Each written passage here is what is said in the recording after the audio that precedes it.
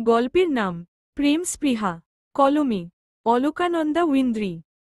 গল্পের শেষ পর্ব। তুলি যখন ঘুমে তখনই আয়েশান ছোট শ্বাস ফেলে ঠোঁট স্পর্শ করল তুলির কপালে। পরপর দুই গালে। স্পষ্ট টের পেল তুলির শরীরের উত্তাপ। সঙ্গে সঙ্গেই বাম হাতের তালুতে পরক করল। হ্যাঁ, গরম ঠেকছে। হয়তো ব্যথায় জ্বর নেমেছে। আয়েশান ফের বিছানা থেকে নেমে ওষুধ আনল। তুলির ঘুম ভেঙ্গে ডাকবে কি ডাকবে না বুঝে উঠতে না পেরে কিচ্ছন ওভাবেই দাঁড়িয়ে থাকল। পরমুহূর্তে ওষুধগুলো রেখে দিল। ইচ্ছে হল না এই মেয়েটাকে ঘুম থেকে উঠাতে। ওই ঘুম ঘুম মুখটা দেখার লোভ ও সামলাতে পারল না। আয়েশান আগের মতোই আলতো করে জড়িয়ে নিল তুলিকে। অতঃপর ঘুমন্ত চেহারাটার দিকে চেয়ে হাসে যেন। বলে, তোর ঘুমন্ত চেহারাটা খুবই মিষ্টি তুলি। আদুরে বাচ্চার ন্যায়। তুই তো বাচ্চাই তাই না? মায়া মায়া মুখের একটা বাচ্চা। যে বাচ্চাটার মায়া মায়া চাহনি আর মায়াভরা মুখটা দেখলেই আমার তাকিয়ে থাকতে ইচ্ছে হতো সেই ছোট্ট থেকেই। কেন জানি না তোর জন্য আমার কি ভীষণ মায়া জন্মালো সেই ছোট্ট থেকেই। তুই কষ্ট পেলে আমারও খারাপ লাগত, তুই হাসলে আমারও খুশি লাগত। তোর মুখটার দিকে তাকাতেই ইচ্ছে হতো কেবল। কিন্তু আফসোস, আমি পাকাপোক্তভাবে তাকানোর অধিকার করে নিতে গিয়ে এখন চোখই রাখতে পারি না তোর চোখে তুলি। সর্বক্ষণ অপরাধবোধে ভুগতে থাকি। তুলি তখনও ঘুমেই। আয়েশান ছোটশ্বাস ফের আবার ও বলল, যদি কোনো ম্যাজিক্যাল ঘটনা ঘটত তুলি? তোর মন থেকে আমার নামের সব অভিযোগ মুছে যেত যদি? তুই কি কখনো আমায় ভালোবাসবি তুলি? আমাদের সম্পর্কটা সত্যিই কখনো নর্মাল হবে? কখনো বুঝবি আমার ভালোবাসাটা? তুলি, বিশ্বাস কর, আমি ক্রমে নিজের জীবন হারাচ্ছি। আমার আজকাল নিজেকে কেমন যেন লাগে। যদি একবার আমি তোকে বুঝাতে পারতাম যে আমি তোকেই ভালোবাসি, তোকেই, ডেইজিকে নয়। তোকে আমি ব্যবহার করিনি তুলি, তোকে অপরাধী বানাতে চাইনি সবার কাছে। আমি তোকে ভালোবেসেই নিজের করতে চেয়েছিলাম। একান্ত নিজের করে চেয়েছিলাম। অথচ তুই আজ আমার নিজের হয়েও নিজের না তুলি, এতটা কাছে থেকেও কতটা দূরত্ব আমাদের, কতটা সংকোচ। আয়েশান চোখ বুঝে। বোধহয় খুব কষ্ট হচ্ছে তার। বুকের ভেতর নীল ব্যথারা জাগ্রত হয়ে এল যেন। ভীষণ ভারী বোধ হয় তার বুকের ভেতর। যেন নিঃশ্বাস অবধি রুদ্ধ হয়ে আসে। সে এভাবে চায়নি জীবনটা। এভাবে এতটা নিঃসঙ্গতা সে চায়নি। চেয়েছিল একটা সুন্দর সংসার হবে তার, তুলি তাকে বুঝবে, কোমরে আঁচল গুজে একদম তার বউ হয়ে যাবে। সবার কাছে গম্ভীর থাকা আয়েশান তুলিকে ভালোবাসবে, বিরক্ত করবে, ভীষণ করে জ্বালাবে, এটাই তো চেয়েছিল। একটা প্রাণবন্ত জীবন। অথচ ঘটে গেল উল্টো। যেদিন তুলিকে বিয়ে করে বাড়ি ফিরল সেদিনই তুলিকে কাঁদতে হল। সবার এত এত কথা শুনে কেঁদেছিল মেয়েটা। তারই তো কারণেই। তার মা তো তুলিকে চড়ও মেরেছিল। দোষারোপ করেছিল কি ভীষণ ক্রুদ্ধ হয়ে। কেউ কি বাদ গিয়েছিল আয়েশান আর তুলিকে কথা শোনাতে সেদিন? যেখানে তুলির ভালোবাসা পাওয়ার কথা ভেবেছিল সেখানে তুলি কাঁদতে কাঁদতে তাকে সর্বপ্রথম প্রশ্ন ছুড়েছিল, আমায়ই কেন আয়েশান ভাই? আমায়ই কেন বিয়ে করার সিদ্ধান্ত নিতে হলো আপনাকে? আমায় কেন এভাবে সবার কাছে দোষী বানালেন? অপরাধ কি ছিল বলুন আমার? আমি তো কিছু করিনি। আপনাকে আমার ফাঁদে ফেলিনি আমি। তবুও সবাই কেন আমার দিকে আঙ্গুল তুলল বলুন? সবাই কেন আমাকে পর করে দিল? কেন বলুন? কি ক্ষতি করেছিলাম আপনার? কিসের বদলা নিলেন আয়েশান ভাই? আয়েশান সেদিন উত্তর করতে পারেনি তুলির কান্নারত থাকা প্রশ্নগুলোর।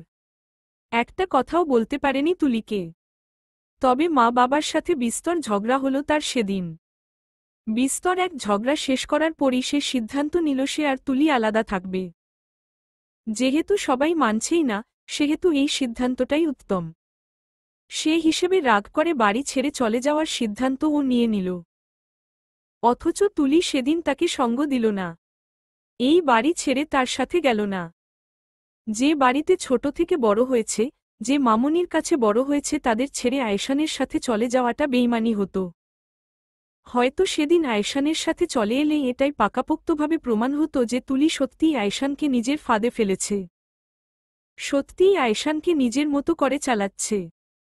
অথচ সত্য এটা যে সে আয়শানকে নয়, বরং আয়শানই তাকে নিজের মতো করে চালিয়ে নিয়ে বিয়েটা করেছিল। আয়শান চোখ বুঝে এসব পুরাতন কথাই ভাবল। অতঃপর হুট করেই তুলির নড়চড় বুঝে চোখ খুলে সে। তুলির ঘুম ভেঙেছে হয়তো এক্ষুনিই, কিন্তু তবুও সে ওভাবেই আয়শানের বাহু ধরে ওভাবেই থাকল, আর নড়াচড়া করল না, যেন সে ঘুমোচ্ছেই।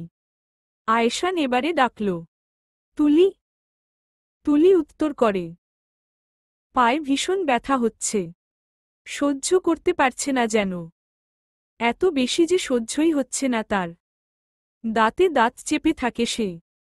আয়শান ছোটশ্বাস ফেলে আবার বলে, ব্যথা হচ্ছে বেশি? তুলি এবারে উত্তর করল, একটু। আয়শান ভ্রু কুঁচকে বলল, একটু? মিথ্যে বলে লাভ কি তুলি? তুলি এবারে ছোটশ্বাস ফেলে জানাল, একটু বেশিই হচ্ছে। আয়শান ভ্রু কুঁচকে তাকায়, উঠে বসে তুলির পায়ে নজর দেয়। ফুলে আছে এখনও। আয়শান উঠে আইসব্যাগটা নিয়ে আবারও পায়ে রাখল। বলল, তোর উত্তরটা হওয়া উচিত, অনেকটাই বেশি। তুলি তাকাল, পায়ে ঠান্ডা কিছুর অনুভূতি পেয়ে দ্রুতই তাকাল। অতঃপর আয়শানকে পায়ে আইসব্যাগ ধরতে দেখে উঠে বসল সঙ্গে সঙ্গেই। দ্রুত বলল, আমিই দিচ্ছি, হাত সরান আয়শান ভাই। আমি নিজে দিতে পারব, তাছাড়া অতটাও ব্যথা হচ্ছে না আমার। আয়শান হাত সরাল না, বরং বলল, তোর এসব ঢং সহ্য করতে পারব না আমি তুলি। মেজাজ খারাপ করবি না অযথা। ব্যথা হচ্ছে তা আমার থেকে লুকিয়ে রাখলে তো তোর ব্যথা কমে যাবে না। যদি কমে যেত তাহলে না হয় লুকিয়ে রাখায় লাভ হতো। তুলি জানাল, লুকাইনি তো। তবে ওটা আমায় দিন, আমি দিতে পারব তো। আমি দিল কি ব্যথা বেড়ে যাবে? তুলি এবারে উত্তর করে না, চুপই থাকে। আয়শান অনেকটা সময় পর তুলির দিকে চেয়ে বলল, এখানে বসো, রাতেও ভারী কিছু খাসনি। খাবার আনব, খেয়ে নিবি চুপচাপ। তুলি আবারও আড়ষ্ট ভঙ্গিতে তাকাল। খিদে লেগেছে তার। তবে এভাবে আয়শানকে পাঠিয়ে খাবার আনানোটা তার কেমন লাগল যেন। বলল, এখন মাঝরাতে খিদে পায়নি, একেবারে সকালেই খেয়ে নিব। আয়শান শক্ত স্বরে শোনাল, না, এখনই খেয়ে মেডিসিন নিয়ে ঘুমাবি। তুলি আবারও বলার চেষ্টা করল, আপনাকে আনতে হবে না, আমি সকালে নিজেই খেয়ে নিব। আয়শানের এবারে মেজাজ খারাপ হল যেন। ভ্রু কুচকেই তাকালো কঠোর দৃষ্টিতে। তারপর শুধালো গমগমে স্বরে, খাবার আমি আনলে সমস্যা? জানি আমায় ঘৃণা করিস তুলি, তাই বলে আমার আনা খাবার খেতেও তোর সমস্যা হবে? তুলি অসহায় দৃষ্টিতে চাইল। কি বলা উচিত তার? কি উত্তর করা উচিত? সে ঘৃণা করে আয়শানকে? না তো। তবে কোথাও একটা এই মানুষটার প্রতি তার হাজারটা অভিযোগ আছে। অবশ্যই আছে। ওটা ঘৃণা নয়। বলল, তেমন নয়, আপনার কষ্ট করে আনতে হবে বলেই নিষেধ করেছি আয়শান। আর কিছু নয়। আর হ্যাঁ, আমি আপনাকে ঘৃণা করি না। আপনাদের বাড়ির কাউকেই ঘৃণা করা আমার দ্বারা সম্ভব নয়। আয়শান হেসে বলল, অথচ তোর চোখে মুখে স্পষ্ট ফুটে উঠে আমার নামে হাজারটা অভিযোগ। স্পষ্ট বোঝা যায় আমার প্রতি তোর বিদ্বেষ। তুলিও এবারে মৃদু হেসে জানাল, আমরা মানুষ আয়শান ভাই। স্বভাবগত কিছু বৈশিষ্ট্য তো থাকবেই যেহেতু আমিও মানুষ। এটা তো ঠিক আমি আজ সবার চোখেই অপরাধী তাই না? আমায় আগে সবাই যেমন ভালোবাসত এখন কিন্তু সবাই আমাকে অপছন্দই করে। কারণটা কি? আমি তো কিছু করিনি। বিয়েটা আপনি করেছিলেন। যদি তখনও জানতাম আপনি ডেইজিকে ভালোবাসেন। আয়শান এবারে রেগেই তাকাল। দ্রুতই শক্তস্বরে বলল, আমি ডেইজিকে ভালোবাসি না তুলি, এটা তোর ধারণা, শুধুই তোর ধারণা। ওকে আমি কখনো ভালোবাসিনি। তুলি হাসে। তাহলে ওই ডায়েরিটা মিথ্যে, যেটার ভিতর ডেইজির ছবি আছে? তুলি হেসেই বলল, আপনি খুব নিখুঁতভাবে মিথ্যে বলেন আয়শান। আয়েশান এবারেও আত্মবিশ্বাসের সঙ্গে দৃঢ় স্বরে জবাব দিল। আয়েশান মিথ্যে বলে না তুলি। আমি আপনাকে রেসপেক্ট করি, আপনার ব্যক্তিত্বকে আদর্শ মনে করি। সে হিসেবে আমিও জানতাম আপনি মিথ্যে বলেন না আয়েশান। কিন্তু সত্যটা এটাই, আপনি ডেইজিকে অনেকটা ভালোবাসেন। কৈশোরকালের শুরু থেকেই ভালোবাসতেন। এতটা অনুভূতি নিয়ে ভালোবাসতেন যে আমি নিজেই ডেইজির প্রতি আপনার অনুভূতি দেখে মুগ্ধ হয়েছি। আয়েশানের এবারে রাগে জেদে নিজের মাথা নিজেই ফাটাতে ইচ্ছে হল। কি করে সে বুঝাবে যে সে তুলিকে ভালোবাসে? তুলি ব্যতীত অন্য কোন মেয়েকে সে কখনো ভালোবাসেনি। কখনোই না। তুলি কেন মনে করে যে সে ডেইজিকে ভালোবাসে? কেন? আয়েশান দ্রুত বলল। কখন দেখিয়েছি আমি ডেইজির প্রতি মুগ্ধতা? তুলি হেসে জানাল, অন্তর্মুখী মানুষেরা লোকসম্মুখে ভালোবাসা না দেখালেও হৃদয় ভালোবাসা ঠিকই রাখে। আপনিও অন্তর্মুখী মানুষ। সে হিসেবে কখনো কারো সম্মুখে ডেইজির প্রতি ভালোবাসা প্রকাশ করেননি। কিন্তু আমি জানি, আপনি ডেইজিকে ভালোবাসেন। এবং ভালোবাসাটা অনেকটাই গাঢ়। আয়েশান মানল না। বলল, হ্যাঁ, আমি ভালোবাসা প্রকাশ করতে পারি না, অন্তর্মুখী মানুষ। কিন্তু তুই ভুল জানিস তুলি। ভুল বলছিস। আমার হৃদয় প্রেম থাকলেও তা ডেইজির জন্য কখনোই ছিল না। আই রিপিট, ডেইজির জন্য কখনোই ছিল না। তুলি এবারেও মৃদু হাসল। আয়েশানের দিকে চেয়ে শান্ত ভঙ্গিতে বলল, ডেইজিকে ভালোবাসেন এটা আমি জানলে কিছু হবে না আয়েশান ভাই। এটা স্বাভাবিক। আপনি একটা মেয়েকে ভালোবাসতেই পারেন। অনুভূতি থাকতেই পারে। খারাপ নয় তো। এটা অন্যায় কিছু নয়। এবার যেন আয়েশানের সত্যিই রাগে জেদে চোখ লাল হয়ে এল। ইচ্ছে হলো রাগে জেদে কিছু ছুঁড়ে মারুক, ভেঙ্গে ফেলুক। অথচ তা পারল না। রাগে চোখ লাল করে সে তুলির দিকে ঝুঁকল। গম্ভীর, দৃঢ় আওয়াজে বলল, একটু আগে কি বলেছি? আমি ডেইজিকে ভালোবাসিনি কখনো, ভালোবেসেছি তাকে যাকে বিয়ে করেছি। নয়তো তোকে একা নিয়ে গিয়ে সেদিন বিয়ে করে নিতাম না আমি তুলি। কথাটা বলেই আয়েশান অপেক্ষা করল না। দ্রুত পা বাড়িয়ে রুম ছেড়ে বাইরে গেল। অতঃপর তুলির জন্য খাবার গরম করে আনতে কিচেনে গেল। রাগে তার শরীরের রক্তকণিকাগুলোও যে শিরশির করছে।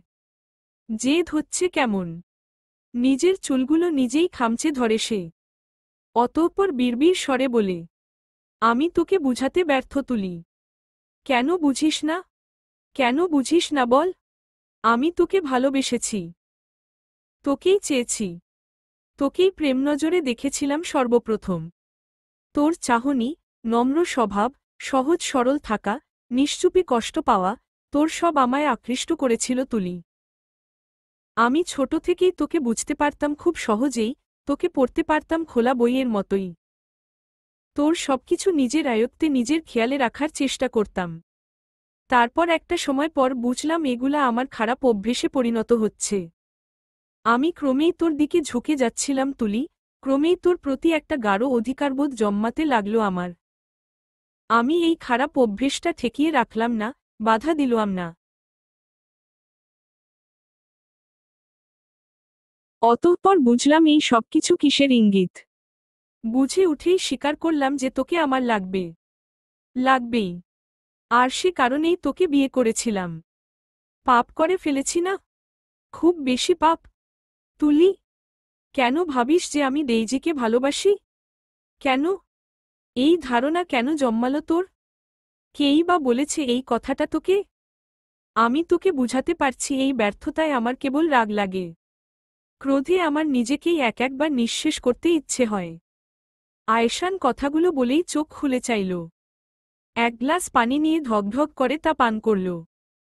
অতঃপর খাবারগুলো গরম করে প্লেটে নিল। এরপরে কেটেছিল বেশ কয়েকটা দিন। আজ রান আর রোজের সম্পর্কটা কিছু সময় বিরোধিতার হলেও কিছু সময় নীরব প্রণয়ের সাক্ষীও রাখে যেন।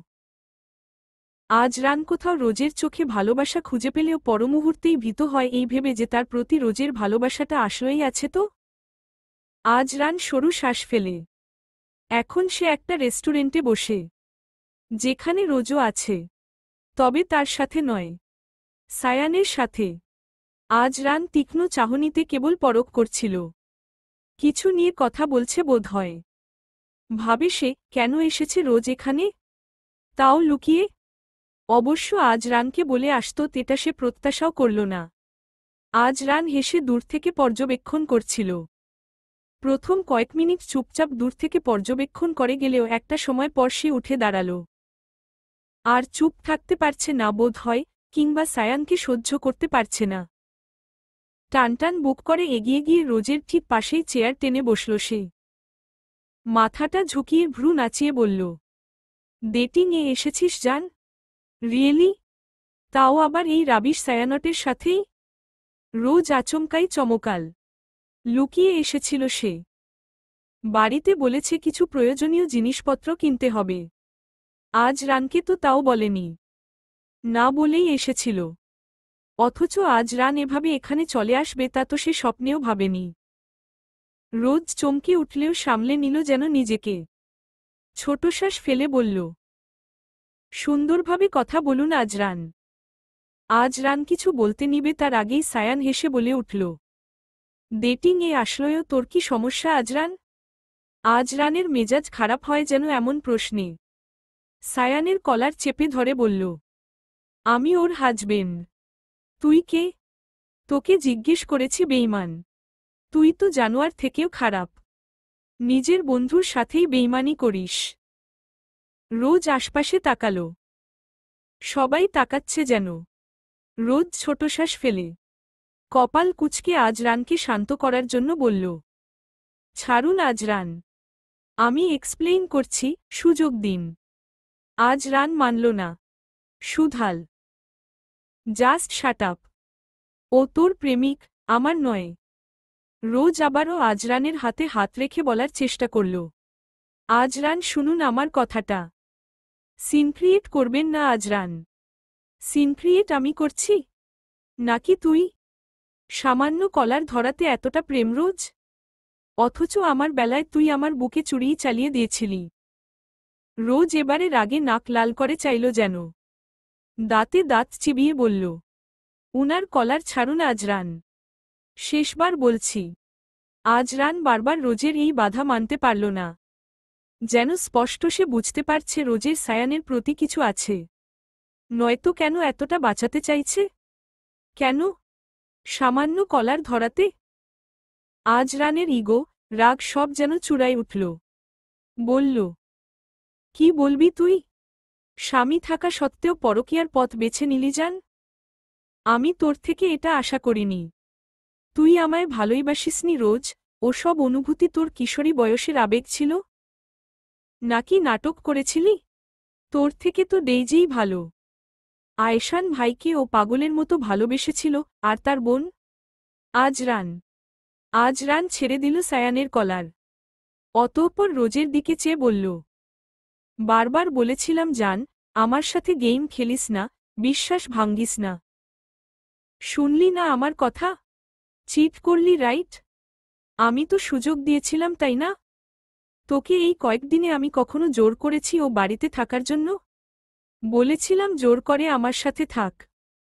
আমি তো এমনও বলেছিলাম যে সায়ানকে শুধুমাত্র ইনভাইট করেছি যাতে তুই ওকে দেখতে পারিস রোজ। তুই আমায় ঠকালি, এমন আই রাইট? এটা তোর উচিত হয়নি। একদমই উচিত হয়নি। আমার প্রতি কয়েক বছর আগে ফেক ভালোবাসা দেখিয়ে এখন আমার রিয়েল ভালোবাসা জিতে আমার ভালোবাসার মূল্য দিচ্ছিস না। আমি তো আর তোর মতো ফেক ভালোবাসা বাসিনি রোজ। তোর মতো নই আমি। আজরানের কথাগুলোতে রোজ ভ্রু কুচকাল। কথাগুলো শুনে হাসবে? নাকি কাঁদবে? কোনটা উচিত? তবুও উঠে দাঁড়াল সে। ঝুঁকে এবারে পুরো রেস্টুরেন্টের সামনেই আজরানের কলার চেপে ধরল সে। শক্ত স্বরে বলল, লিসেন মিস্টার আজরান খান, আমি রোজ শুধু আপনাকেই ভালোবেসেছিলাম। আপনাকেই। এখনও বাসি। আমার ভালোবাসা নিয়ে বারবার আঙ্গুল তোলা আমি মানব না আজরান। Mind it. এবং পরকীয়ার অভিযোগ তুললে আমি আপনাকে ডিরেক্ট ডিভোর্স দিব। আজরান যেন এই কথারই অপেক্ষায় ছিল। বুকের ভেতর কেমন জানি সুখ সুখ লাগে তার। ঠোঁট বাঁকিয়ে হেসে বলল, আমাকেই ভালোবাসিস? কি প্রমাণ? রোজ আজরানের চোখে চোখ রাখে। বলে, পেয়ে যাবেন প্রমাণ। সময় যাক, সময়ের সাথে সাথে পেয়ে যাবেন। এটুকু বলেই রোজ চলে গেল নিজের পা চালিয়ে। আজরান শুধু বাঁকা হাসল। আর সায়ান তা খেয়াল করর হেসেই বলল, ভাগ্যিস বিয়ে করিনি তোর বউকে, না হলে তো ঠকে যেতাম বল। আজরানের সুখ সুখ অনুভূতিটায় যেন আবকর ঢিল ছুড়ল। সায়ানের দিকে চেয়ে বলল, তোর মতো শুয়োর আমার রোজকে পাওয়ার যোগ্যও নয়। ও শুধু আমার, বুঝেছিস? চোখ দিবি না। সায়ান হেসে বলল, চোখ তো কোনকালেই দিলাম না। শুধু শুধু তুই শত্রু ভেবে গেলি আমায়। তবে কেড়ে নিতে চেয়েছিলাম অবশ্যই। শেষ মুহূর্তে এসে যখন কেড়ে নিতে পারলাম না তখন হার তো মানতেই হচ্ছে। আওরাস রাগে হিসহিসিয়ে বলল, লজ্জা হচ্ছে না বন্ধুর বউকে কেড়ে নেওয়া কথা এত গর্ব করে বলতে? যেখানে আজ জানতেই পেরেছিস যে ও শুধু আমাকেই ভালোবাসত, বেসেছে, ভবিষ্যতে বাসবে। সায়ান এবারেও হাসে। অতঃপর হাসি থামিয়ে শান্ত স্বরে বলল, সাইকোলজিস্ট সায়ান এতটা অবুঝ নয় আজরান যে তোর বউয়ের চোখের ভাষায় রাগে বুঝেনি। শুরু থেকেই জানতাম ও শুধু তোকে ভালোবাসে, আমাকে নয়। আর আমিও রোজকে কখনো ভালোবাসিনি আজরান। এই জন্য বলতে লজ্জাও হচ্ছে না। আমি জাস্ট একটা বদলা নিতে চেয়েছি। আজরান ভ্রু কুঁচকে বলল, বদলা? হ্যাঁ, তোর বড় ভাই আমার জিনিস কেড়ে নিল বিনা নোটিশেই, আমিও চেয়েছিলাম তোর জিনিস কেড়ে নেই।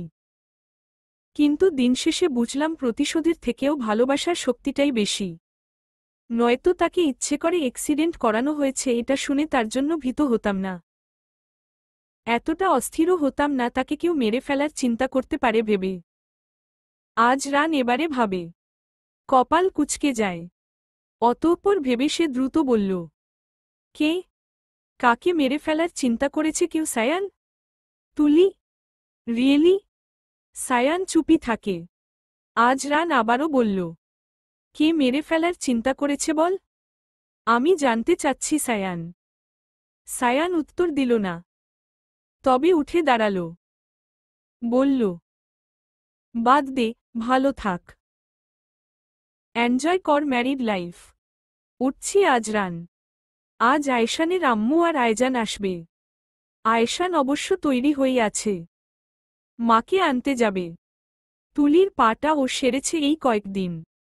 হাড় না ভাঙলেও মুচকে যাওয়ার যন্ত্রণায় খুবই ভুগেছিল সে। এবং এই কয়েকটা দিন আয়শানও থেকে গেল বাড়িতেই। তুলিকে জানানো হলো কাজ আছে তার। অথচ আয়শানের কাজ নেই, সে থেকে গেল শুধু তুলির নিজের অসুস্থতায়ও নিজের যত্ন নিবে না বলে। শুধুমাত্র এই মেয়েটার যত্নের জন্যই সে থেকে গেল। অথচ এই মেয়েটা যে তা কখনো বুঝে উঠবে না তা সে শতভাগ নিশ্চিত। আয়শান এসব ভাবতে ভাবতেই কিসের জন্য যেন ড্রয়ার খুলল।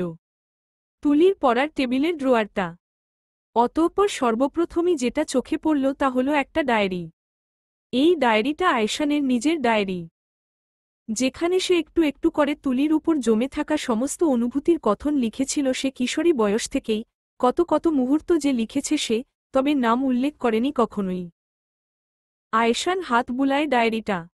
মাঝখানে অন্য বাসায় যাওয়ার পর সে এই ডায়েরিটা খুব খুঁজেছিল। অথচ পায়নি। এই বাসায়ও এই রুমে আলমারি, খাটের নিচ সব খুঁজেছিল, শুধুমাত্র তুলির জিনিসপত্র ছাড়া। তারপর এটা না পেয়ে হারিয়ে গিয়েছিল ভেবে নিয়েছিল। আয়শান বারবার তাকিয়ে দেখে। তারপর অপেক্ষায় থাকে তুলি কখন রুমে আসবে, কখন প্রশ্ন ছুড়বে। আয়শানের এই অপেক্ষা সমাপ্তির পর তুলি এল রুমে। ফ্রেশ হয়ে চোখে মুখে পানি দিয়ে আসতেই আয়শান দ্রুত প্রশ্ন করল, এই ডায়েরিটা? তোর কাছেই ছিল এই ডায়েরিটা তুলি? তুলি তাকাল। এটা সে এই নিয়ে বহুবার পড়েছে। বহুবার। যেটায় ডেইজির ছবি আছে। তুলি নিজে থেকে ডেইজির ছবি পেয়ে দৃঢ়ভাবেই বিশ্বাস করে নিয়েছিল যে এই ডায়েরিটা ডেইজির জন্য লিখা, ডেইজিকে ভেবে লিখা। তুলি অস্বীকার করল না, বরং উত্তর দিল, ছিল। আয়শান ছোটশ্বাস ফেলে বলল, আমি অনেক খুঁজেছি। জিজ্ঞেস করেননি তো কখনো? দিয়ে দিতাম তাহলে। আয়শানের ডায়েরি। তুলির অবশ্যই উচিত ছিল ফেরত দেওয়া। একে তো দেয়নি, আবার বলছে জিজ্ঞেস করেনি কখনো? আয়শান দ্রুত বলল, তুই কি এই ডায়েরিটা পড়েছিস তুলি? তুলি এবারেও শান্ত ভঙ্গিতে উত্তর করল, পড়েছি। আয়শান এবারে বিস্ময় নিয়েই তাকায়। পড়েছে? নাকি মিথ্যে বলছে? একে তো তুলির মতো মেয়ে অন্যের ব্যক্তিগত জিনিস লুকিয়ে পড়বে মানতে পারে না সে। দ্বিতীয়ত যদি পড়তি তাহলে এই ডায়েরির সব কথা কি সে বুঝে ওঠেনি? মেয়েটার ইঙ্গিত কি নিজের দিকে পায়নি? বুঝেনি যে আয়শান তাকে ভালোবাসে? আজকে একদিন দুদিন নয়, অনেক বছর যাবৎ। আয়শান বিস্ময় নিয়ে ফের বলল, পড়েছিস? তুলি হেসে বলল, হ্যাঁ। আপনার ব্যক্তিগত জিনিস পড়ার জন্য দুঃখিত। আয়শান উত্তর শুনে সন্তুষ্ট হল না। ভ্রু কুঁচকে বলল, এটা পড়ার পরও তুই আমায় এখনো আপন ভাবতে পারিসনি তুলি? এটা পড়ার পরও তোর এতটা অভিযোগ আমার প্রতি? তুলি বুঝে উঠে না যেন। তবে বলল, এই ডায়েরির লেখার প্রতি আমি অভিযোগ রাখিনি তো আজরান ভাই। বরং মুগ্ধ হয়েছি। একজন মানুষের ভালোবাসা কতটা প্রখর তা জানতে পেরেছি। আয়শান ভ্রু বাঁকায়। বলে, এই প্রখর ভালোবাসাটা কার প্রতি ছিল তা নিশ্চয় বুঝতে পেরেছিস? তুলি এবারেও হাসল। বলল, না বুঝতে পারার তো কিছু নেই। তার মানে বুঝেছে? বুঝেও তুলি সবসময় বলে যে আয়শান তুলিকে ভালোবাসে না? ডেইজিকে ভালোবাসে? তুলিকে ভালোবেসে বিয়ে করেনি? কেন? আয়শান দ্রুতই বলল, তাহলে? সব জেনেও কেন বারবার বলতি তুই আমাকে পাসনি? আমি তোকে ভালোবাসিনি? কেন বলতি এই কথাগুলো? তুলি এবারে বুঝল না। অস্ফুট স্বরে বলে, হু। আয়শান এগোয়ে ছোট শ্বাস ফেলে বলল, এই অনুভূতিগুলো কার প্রতি তা জানিস তো রাইট? উত্তর এল, হ্যাঁ, ডেইজির প্রতি। জানি তো। হু? কি বললি? আপনি ডেইজিকে ভালোবাসেন এটা? উত্তর শুনে আয়শানের শান্ত থাকা মেজাজটা মুহূর্তেই উত্তপ্ত হল।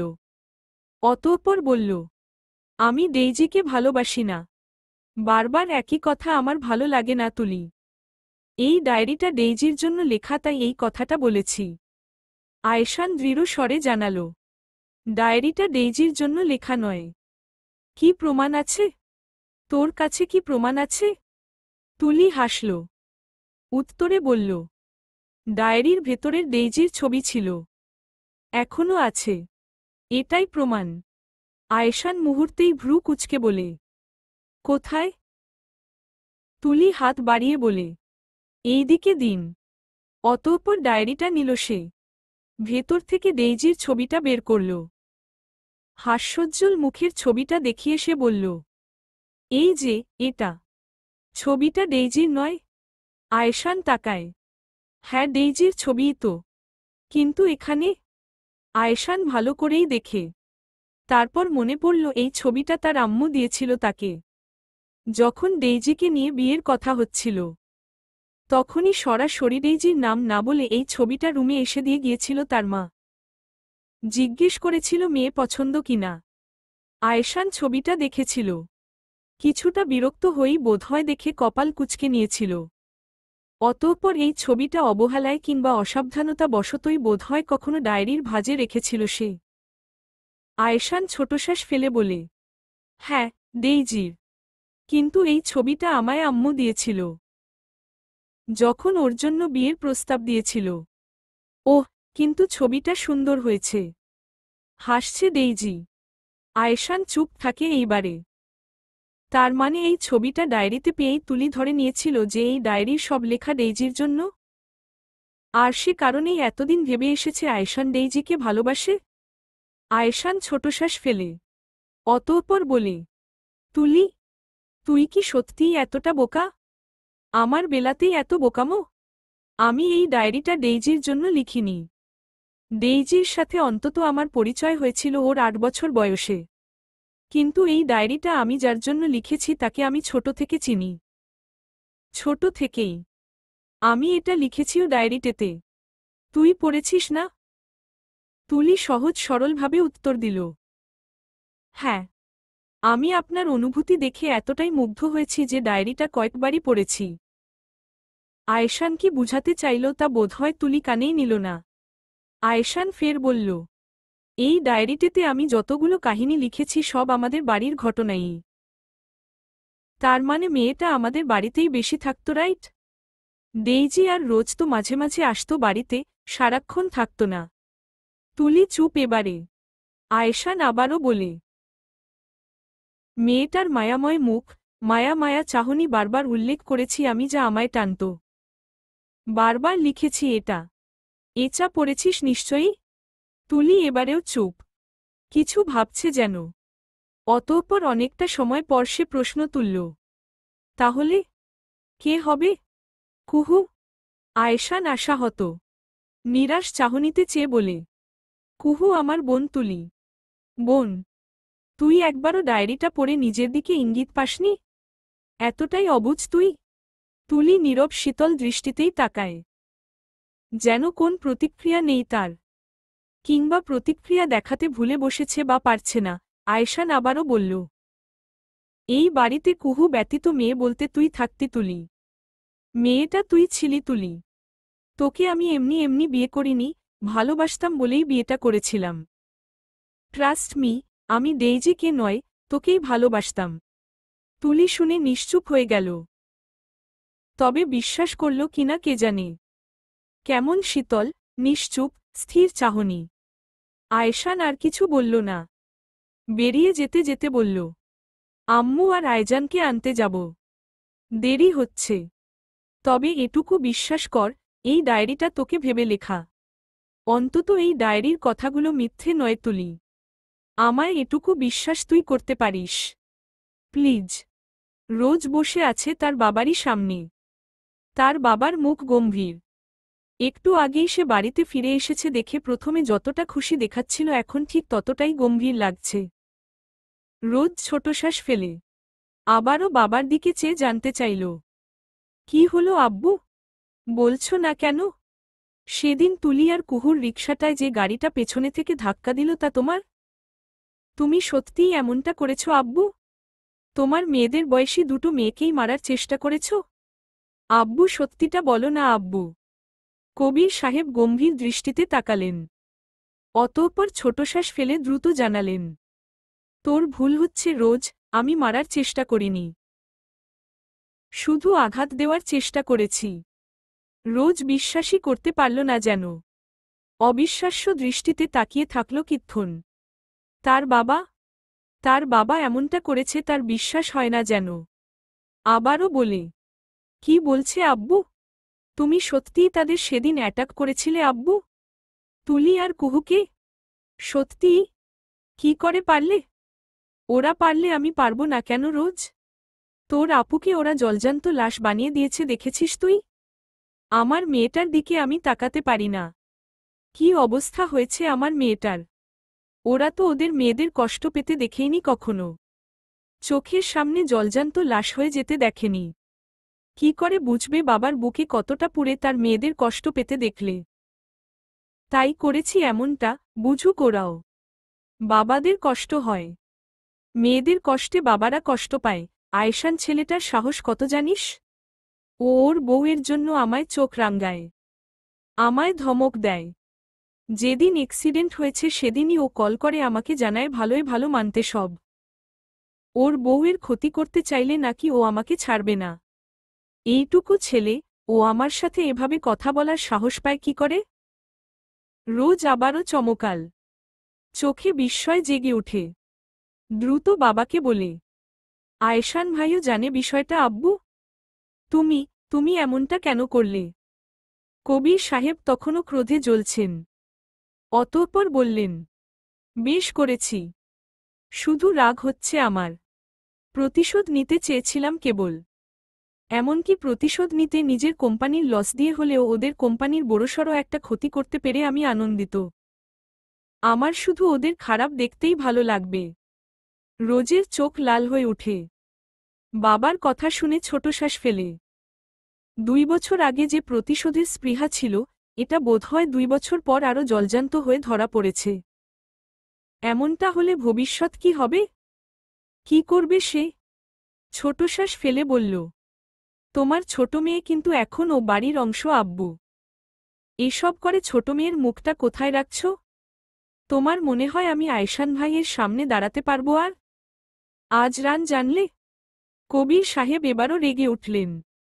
বললেন, তুমি ভুল করেছ।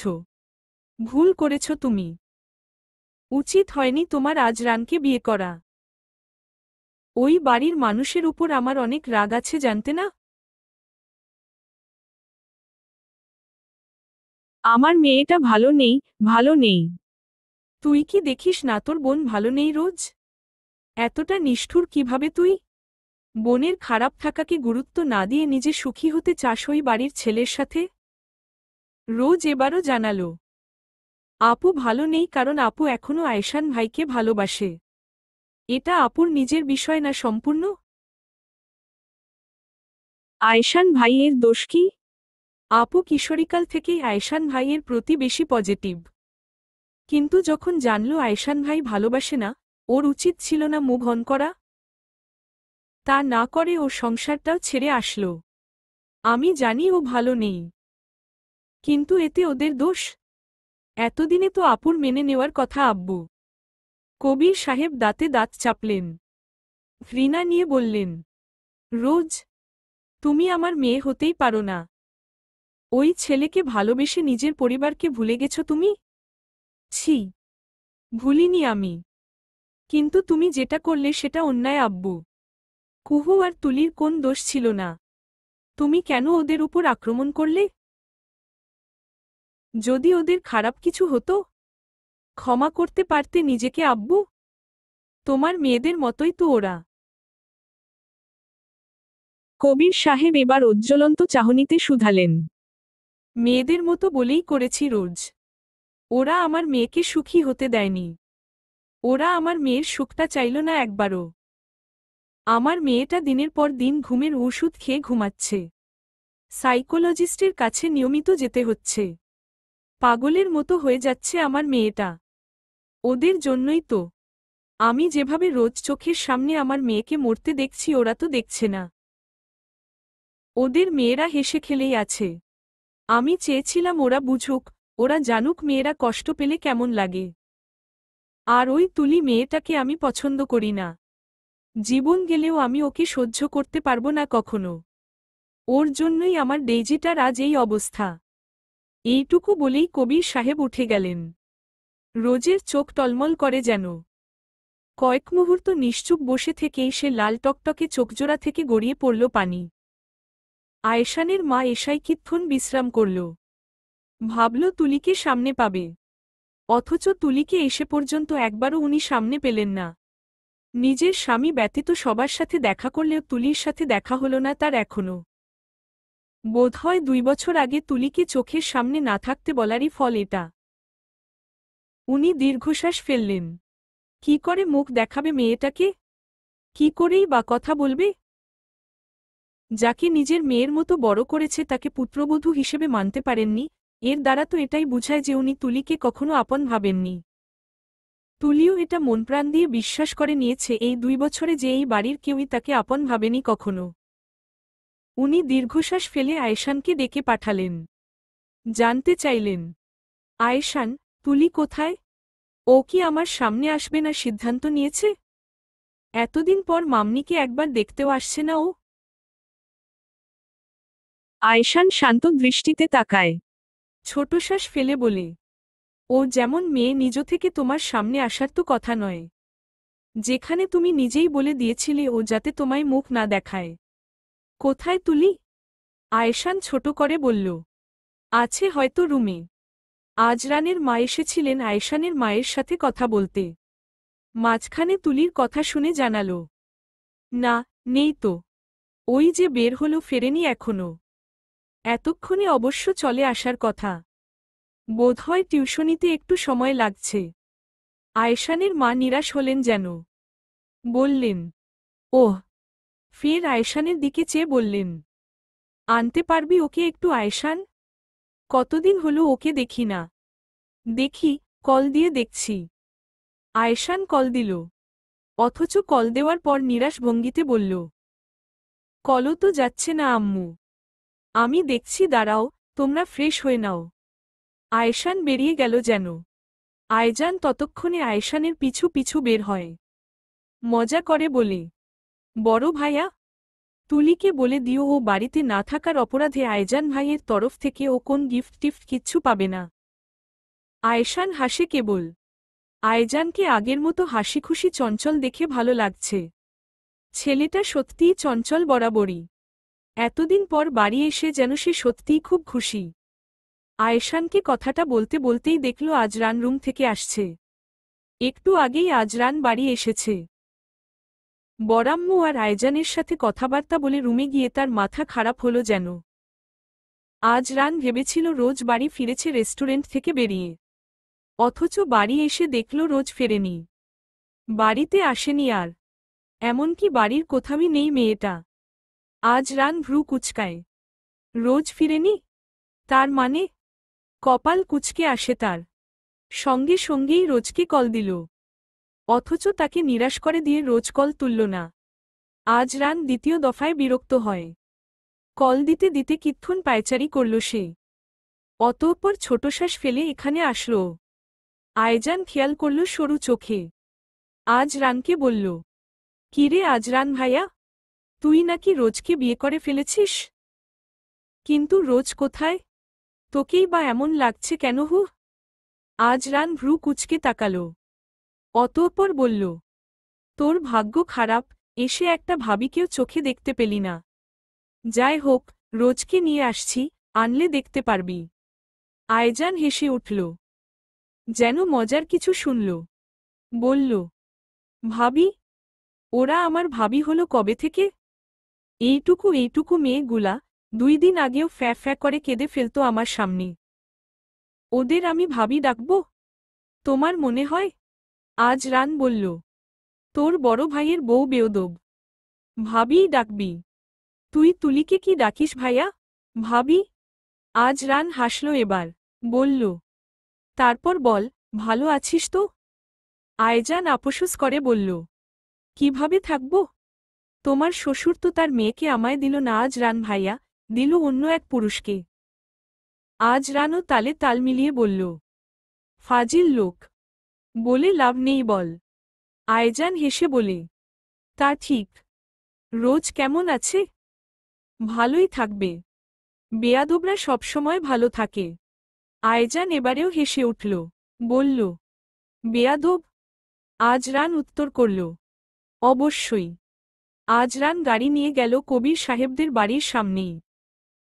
অতঃপর নেমে গেইটের কাছে এল। দারোয়ানকে একটু কাঁধ নামিয়ে বলল, আপনার কবির সাহেবের মাথা তার কানেক্ট হয়েছে কি? দারোয়ান সাহেব ভ্যাবোচাকার মতো চাইলেন। ছেলেটাকে চেনেন না এমন নয়। চেনেন। আগে একসময় অনেক আসা যাওয়া হতো তাই চেনেন। কিন্তু 2 বছর যাবৎ তেমন একটা দেখেনি। শুনেছি এই ছেলের সাথেই নাকি কবির সাহেবের ছোট মেয়ে পালিয়েছে। তাই গোলগোল চোখে তাকিয়ে বলল, আপনি তো?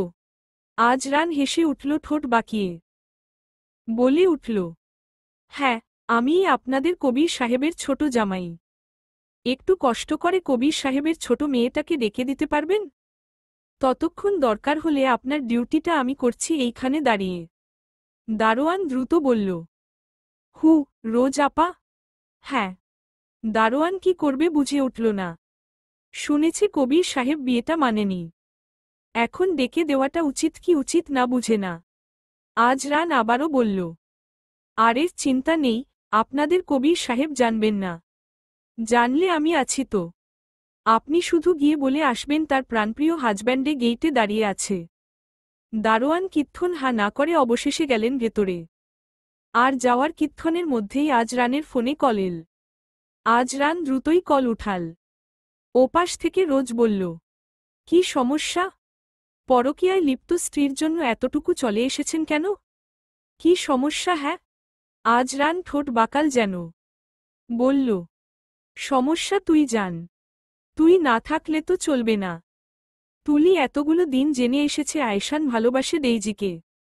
মূলত এটাই মনেপ্রাণে বিশ্বাস করেছে সে, কিন্তু আজ যখন বুঝতে পারল ডায়েরির লেখাগুলোর তার জন্য লেখা, ঠিক তখনই অদ্ভুত এক ভালো লাগা কাজ করছে। ফুরফুরে লাগছে কেন জানি না মনটা। এতগুলো দিন যে চাপা কষ্টে জর্জরিত ছিল আজ বোধ হয় তা একটুও বোধ হল না। তুলি সত্যি এই ডায়েরির লেখাগুলোর প্রতি, অনুভূতির প্রতি মুগ্ধ হয়েছিল। একটা মানুষ অনেক গভীর থেকে ভালোবাসলেই এমনটা প্রকাশ করতে পারে বোধ হয়। এতদিন কোথাও চাপা আফসোস হতো এই সকল অনুভূতি ডেইজির জন্য বলে। তবে আজ কোথাও যেন অদ্ভুত অনুভূতি হচ্ছে তার সাথে একমুঠো লজ্জাও। এই 2 বছরে আয়েশান নিজ থেকে অনেকদিন জড়িয়ে ধরেছে তাকে, কখনো বা চুমুও দিয়েছে, অথচ লজ্জা হয়নি। নির্জীব মনীষীর ন্যায় সে চুম্বন, জড়িয়ে ধরা সে গ্রহণ করত। অথচ এসব কিছু ছাড়াও তার লজ্জা হচ্ছে। বারবার আয়েশানের কথাগুলোই মস্তিষ্কে বাজছে। তুলি বাসা থেকে বের হওয়ার আগেও একবার ডায়েরিটা হাতে নিয়ে পড়েছে এবং প্রতিটা লাইন পড়ে, প্রতিটা অনুভূতি বুঝে সে কেবল সূক্ষ্ম আনন্দ অনুভূতিতে ভাসছিল। আজ তার অভিযোগ আসল না, অভিমান জমল না।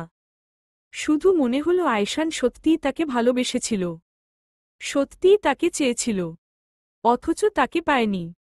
সে কতভাবে অভিযোগ করেছে, কতভাবে কষ্ট দিয়েছে। বিয়ের পর শুধুমাত্র তার অসুবিধা হয় দেখে আয়েশান নিজের বাড়িতেও তেমন থাকত না। কতটা ত্যাগ! তুলির খারাপ লাগে, আবার ভালো লাগাটাকেও খুব ভালোভাবে প্রকাশ করে উঠতে পারে না সে। টিউশনি থেকে মায়ের কবরে গিয়েছিল সে, কত কথা বলে ফেলল মায়ের সাথে।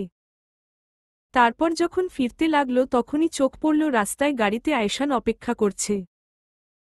তুলির বোধহয় এই প্রথমই আয়েশানকে দেখে লজ্জা হলো মনে হলো যেন, অথচ এর আগে এমনটা হতো না।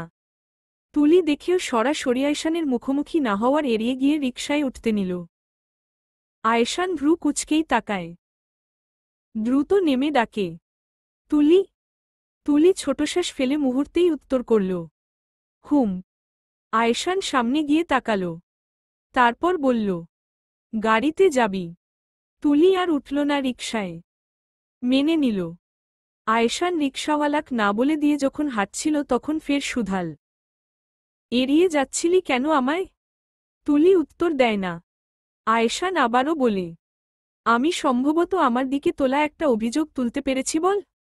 যদি তোর তোলা সবকটা অভিযোগ তুলতে পারি তাহলে আমার প্রাপ্য।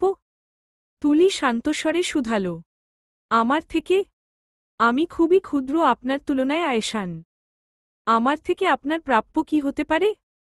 আয়েশান হাঁটতে হাঁটতে বলল, কেউ কাউকে ভালোবাসলে সে কি পাওয়ার আশা করে ওই মানুষটার থেকে? তুলি এবার দাঁড়িয়ে পড়ল যেন। সেও তো আয়েশানকে পছন্দ করত, অনুভূতি ছিল এই মানুষটার প্রতি, তবে তা প্রকাশ করেনি। বলল, তা পেয়েছেন অনেক আগে। আপনি জানেন, আমি আপনাকে ভালোবাসি, কিন্তু কখনো আপনাকে আমার করে চাইনি আমি। না চাইলেও তোর করে পেয়ে গেছিস তো তুলি। কিন্তু চাসনি বলেই কি সম্পর্কটাকে পূর্ণতা দিবি না? এটাই সিদ্ধান্ত তোর? সময় আসুক। আয়েশান দাঁড়াল, হুট করেই বলল, তুলি, দাঁড়া, এখানেই দাঁড়া, আজ কথা হোক সবটা। কি?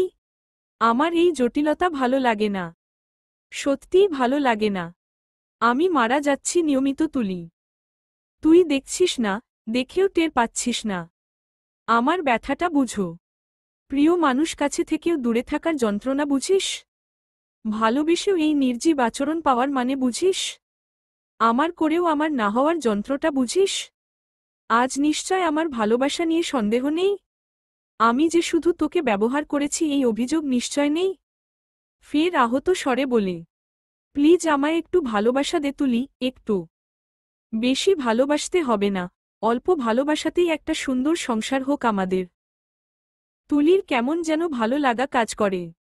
আজকের দিনটা সুন্দর, সত্যিই সুন্দর। উত্তর বলল, আচ্ছা। হু, আমি সরি এতদিন আপনাকে দোষারোপ করার জন্য। আপনার যত্ন, আপনার ভালোবাসা না বুঝতে পারার জন্য দুঃখিত। আপনাকে কষ্ট দেওয়ার জন্য দুঃখিত। আমায় ক্ষমা করতে পারবেন তো? আয়েশানের চোখমুখে যেন হেসে উঠল। বলল, যদি ভালোবাসিস তবে পারব। তুলি এবারে হাসল, হাসিটায় যেন একমুঠো লজ্জাও মিশ্রিত। আয়শান তাকায়। লজ্জামুখের তুলিকে আরও আদুরে দেখায় যেন। বলে, আমাদের তুলিকে লজ্জা পেলে বাচ্চা বাচ্চা আদুরোর দেখায় তুলি। প্লিজ তুই এমর লজ্জামাখা মুখ নিয়ে আমায় ভালোবাসিস না, তাহলে অঘটন ঘটে যাবে। তুলির পেটে যেন আচমকায় কিছু উড়ে গেল। গাল উষ্ণ হয়ে হয়ে এল। এমনকি কানো। আবারও কি বোঝা যাচ্ছে সে লজ্জা পাচ্ছে? আয়শান আবারও ঠোঁট কামড়ে হাসে। বলে, যদি এতদিন জানতাম আমার আম্মুর মিষ্টি মেয়েটা ডায়েরিটাতে একটা ছবি আবোল তাবোল ভেবে গিয়েছে এই 2 বছর। আমাকে সর্বক্ষণ বলে গিয়েছে আমি তাকে ব্যবহার করেছি, ভালোবাসি বলেও বিশ্বাস করাতে পারিনি। যদি জানতাম, আমার সংসারটা বোধহয় অনেক আগেই হয়ে উঠত। ইসোস, আজ রান দাঁড়িয়ে আছে। অথচ রোজ এলো না। 1 ঘন্টা অপেক্ষা করে আজরান ছোটশ্বাস ফেলেই কল দিয়ে বলল, কি হলো? আসবি না? রোজ তখনও চোখমুখ লাল করে বসে আছে। কান্না পাচ্ছে তার। কেন করল তার বাবা এমনটা? আজরান ইতোমধ্যেই সেদিন তাকে প্রশ্ন করেছে সে তুলি আর কুহুর অ্যাক্সিডেন্টের পেছনে কিনা। যদি সত্যিই জানে যে তার বাবা করিয়েছে এটা, আজরান কি ভাববে? বাবাকে নিয়ে অনেক বড় বড় কথা তো সে বলে ফেলেছে আজরানকে। আচ্ছা যে আজরানকে ভালোবাসে? মুখে না বললেও সে তো সত্যিই ভালোবাসে আজরানকে। সত্যি তো এটাই যে আজরানকে ভালোবাসে বলেই বিয়েটা করেছে সে, কিন্তু আজরান যদি কখনো তাকে সরিয়ে দেয় জীবন থেকে। রোজ ছোটশ্বাস ফেলে জানায়, আসব না। আজরান সঙ্গে সঙ্গেই বলল, কেন? আমি ও বাড়ি থেকে এ বাড়ি আসলাম, অথচ তুই এতটুকু পথ আসতে পারছিস না? নাকি পালিয়ে একেবারের জন্য চলে এসেছিস? যদি এমনটা হয় তাহলে তুই কিন্তু জানিস আমি তোকে কিভাবে নিয়ে যেতে পারি। রোজ হাসল। তারপর বলল, বিয়ে যখন করেই ফেলেছি আপনার মতো ছাগল প্রজাতির পুরুষকে সেহেতু সংসার তো করব। ও বাড়ি ছেড়ে একেবারে আসেনি। তোর একমুখে কত কথা জান। এই বলিস বিয়েটা মানিস না, এই বলিস মানিস। তোর কথায় আমার বিশ্বাস নেই। তো? আজরান আচমকায় প্রশ্ন ছুড়ে, তোর বাপ আসতে নিষেধ করেছে? রোজ মুখ শক্ত করে উত্তর দেয়, না, আমার ভালো লাগছে না আজরান। বুঝার চেষ্টা করুন। ওকে। আজরান এটুকু বলেই কল রাখে। অতঃপর গটগট পা ফেলে চলে গেল ভেতরে। রোজের আম্মুকে দেখে ঠোঁট চওড়া করে হাসি দিল প্রথমে। বলল, আসসালামু আলাইকু শাশুড়ি আম্মু। কি অবস্থা বলুন? ভালো আছেন তো? রোজের মা নূরজাহান হাসে আজরানের কথা শুনে। এই ছেলেগুলোকে উনি পরিচয়ের শুরু থেকেই ভীষণ ভালোবাসেন। সে ছোটবেলা থেকে। হেসে বললেন, আজরান তুমি ভালো আছো আব্বু? ভালো ছিলাম, এখন মনে হচ্ছে নেই আম্মু। আপনার মেয়েটা চলে আসলো। উনি হেসে বললেন, কিছু করেছ নাকি যে আমার মেয়ে চলে আসলো? না তো, একদম বিনা নোটিশেই চলে এসেছে আপনার মেয়ে। তাহলে তো ভারী অন্যায়। আজরান মুখচোখ হতাশ দেখিয়ে বলল, তাই তো। আচ্ছা, আপনি মেনে নিয়েছেন বিয়েটা আম্মু? উনি হেসে ফের বললেন, অবশ্যই, তুমি তো ছেলে হিসেবে খারাপ নও আব্বু। বরং আমি রোজকে নিয়ে চিন্তাই করছিলাম যে তোমাকে না পায় তাহলে ভবিষ্যৎটা কেমন হবে। আমার মেয়েটা তোমায় পাগলের মতো ভালোবাসে আব্বু। সে স্কুল জীবন থেকেই। 2 বছর তোমার থেকে দূরত্বে থেকে কেমন নীরব ছিল। চিন্তা হচ্ছিল ওর অবস্থাও যদি ডেইজির মতো হয়। যদি সংসারটা গুছিয়ে না উঠতে পেরে বড় মেয়ের মতোই চলে আসে। কিন্তু ওর বাবার জেদের কাছে কিছু বলতে পারিনি। এখন অবশ্য নিশ্চিন্ত। আজরান হাসল এবং বলল, আপনার মতো করে শ্বশুর আব্বু বুঝে গেলে এই বিষয়টা সলভ হয়ে যেত বলুন আম্মু। ঠিক তো। বাচ্চা মতো মুখ করে আজরান বলল, বুঝিয়ে বলেন না আম্মা। হয়তো একটু রেগে আছে এখন, তবে মেনে যাবে আব্বু। সে তার মেয়েদের সবথেকে বেশি ভালোবাসে। অপেক্ষা করো একটু। আজরান মাথা নাড়ে। মানলেই ভালো। না মানলে সেও তেরামো করবে। আজরান এবারে বাচ্চাদ্রোর মতো আবদার করে বলল, আপনার মেয়ের কাছে যাব একটু? যেতে দিবেন? উনি হেসে উঠলেন। বললেন, অবশ্যই, যাও আব্বু। রোজ কিছু ভাবছিল বোধহয় বেলকনিতে। আজ রান খুব সতর্কতার সঙ্গেই এলো। নিঃশব্দে এসে পেছনে থেকে জড়িয়ে নিল রোজকে। অতঃপর ঠোঁট ছোঁয়াল রোজের কাঁধে। রোজ বুঝে উঠে যেন। বলে, চলে এসেছেন এখানে? তুইই তো আনলি জান। তুই না গেলে আমি কি তোকে না দেখেই চলে যেতাম? এতটা সহজ সরলও আমি নই। রোজ ছোট শ্বাস ফেলে। বলে, দেখা হয়ে গেলে চলে যান। আজ রান মোটেই চলে গেল না। ওভাবেই থাকল। তারপর হঠাৎই রোজকে নিজের দিকে ঘুরাল। তারপরই যেন চমকাল। রোজ কেঁদেছে? এমন কেন চোখমুখ? বলল, কেঁদেছিস কেন জান? রোজ বলে না কিছু। আজ রান আবারও বলে, বল না, কেন কাঁদলি রোজ? রোজ উত্তর করে না। ওভাবেই অনেকটা সময় গেল। আজ রান জড়িয়ে নিয়ে রোজের দুই গালে, চোখের পাতায় চুমুও দিল। অথচ রোজ উত্তর করে না। আজ রানও নিশ্চুপই থাকে। তারপর কিছু মনে পড়েছে এমন ভঙ্গিতে বলল, সায়ন তুলিকে ভালোবাসে রোজ? তুলির কেউ ক্ষতি করতে চেয়েছে? তুই জানিস সেটা বল। সায়ন নিশ্চয় তোকে বলেছে? রোজ চমকে উঠল যেন। মাথা তুলে আজ রানের দিকে তাকাল। গলা শুকিয়ে আসলো কেন? তবুও বলল, না তো, বলেনি। আজ রান তাকায়। ভ্রু উঁচি বলে, আমি জানি বলেছে, বল না জান। রোজ দ্রুতই বলল, আর করবে না ক্ষতি সে। তবুও জিজ্ঞেস করবেন না কথাটা, প্লিজ। আজ রান এবারে আর জিজ্ঞেস করল না। রোজকে জড়িয়ে রাখলেও এবার বন্ধনটা হালকা। রোজ বলল, জড়িয়ে ধরেছিলেন কি এই উত্তরটা পাওয়ার জন্যই? এমনকি এতদূর এসেছেন ও কি এই উত্তরটার জন্য? আজ রান ছোট ছোট করে তাকায়। বলল, না জান, তোর জন্য এসেছি। আচ্ছা আজ রান, কখনো যদি জানেন আমি আপনার পরিবারের জন্য ক্ষতিকর, কি করবেন? আমার জন্য আমার পরিবারের ক্ষতি হোক তা কখনোই আমি চাইব না রোজ। তুই ক্ষতি করলে আমার ক্ষতি করবি, আমার পরিবারের নয়। এটা মাথায় রাখিস। এমনিতেই বিজন না সে তোর বাপ বড় একটা লস ধরিয়ে দিয়েছে। এখন তুইও যদি আমার পরিবারের ক্ষতি করতে চাস তো তোকে ক্ষমা করব কি করে বল? রোজ চুপ থাকল। অতঃপর তাকালো আজ রানের দিকে। খুব সরু চোখে তাকিয়ে আজ রানকে পরখ করে। অতঃপর অনেকটা সময় পর রোজ ওভাবেই আজ রানকে দুই হাত দিয়ে জড়িয়ে ধরল। বলল, আজ রান, আমাকে কাছে টানবেন প্লিজ? আজ রান ভ্রু কুচকায় কেবল। রোজ আবারও বলল, আমায় স্ত্রীরূপী কাছে নিবেন? আজ রান হেসে বলল, তোকে তো স্ত্রী হিসেবেই কাছে রেখেছি জান। রোজ তাকিয়ে বলে, আমি আমাদের বৈবাহিক সম্পর্কের কথা বুঝিয়েছি আজ রান। আজ রান চোখে মুখে বিস্ময় নিয়ে তাকায় যেন এবারে। বলে, তুই বলছিস? হ্যাঁ। কিন্তু? রোজ ভ্রু কুচকে বলে, কিন্তু? আমার প্রতি আপনার সন্দেহ আছে তাই তো? ক্ষতি করব আপনার পরিবারের? এই জন্য কাছে টানবেন না রাইট? জানতাম আমি। আপনি সেদিনও আমায় জিজ্ঞেস করেছিলেন। এটুকু বলে আজ রানের দিকে তাকায়। আবারও বলে, আমি আমার উত্তর নাই ধরছি। আজ রান হাসল হঠাৎ। রোজকে আরেকটু শক্ত করে জড়িয়ে নিয়ে দ্রুত বলল, না, উত্তরটা হ্যাঁ। আমার তোর প্রতি সন্দেহ নেই। সত্যিই নেই। তোকে ভালোবাসতেও দ্বিধা নেই। তখন প্রায় রাত ৮টা কি ৯টা। এতটা সময় দুইজন নরনারী এক ঘরে। রোজ ততক্ষণে আজরানের বুকে মুখ লুকিয়েছে।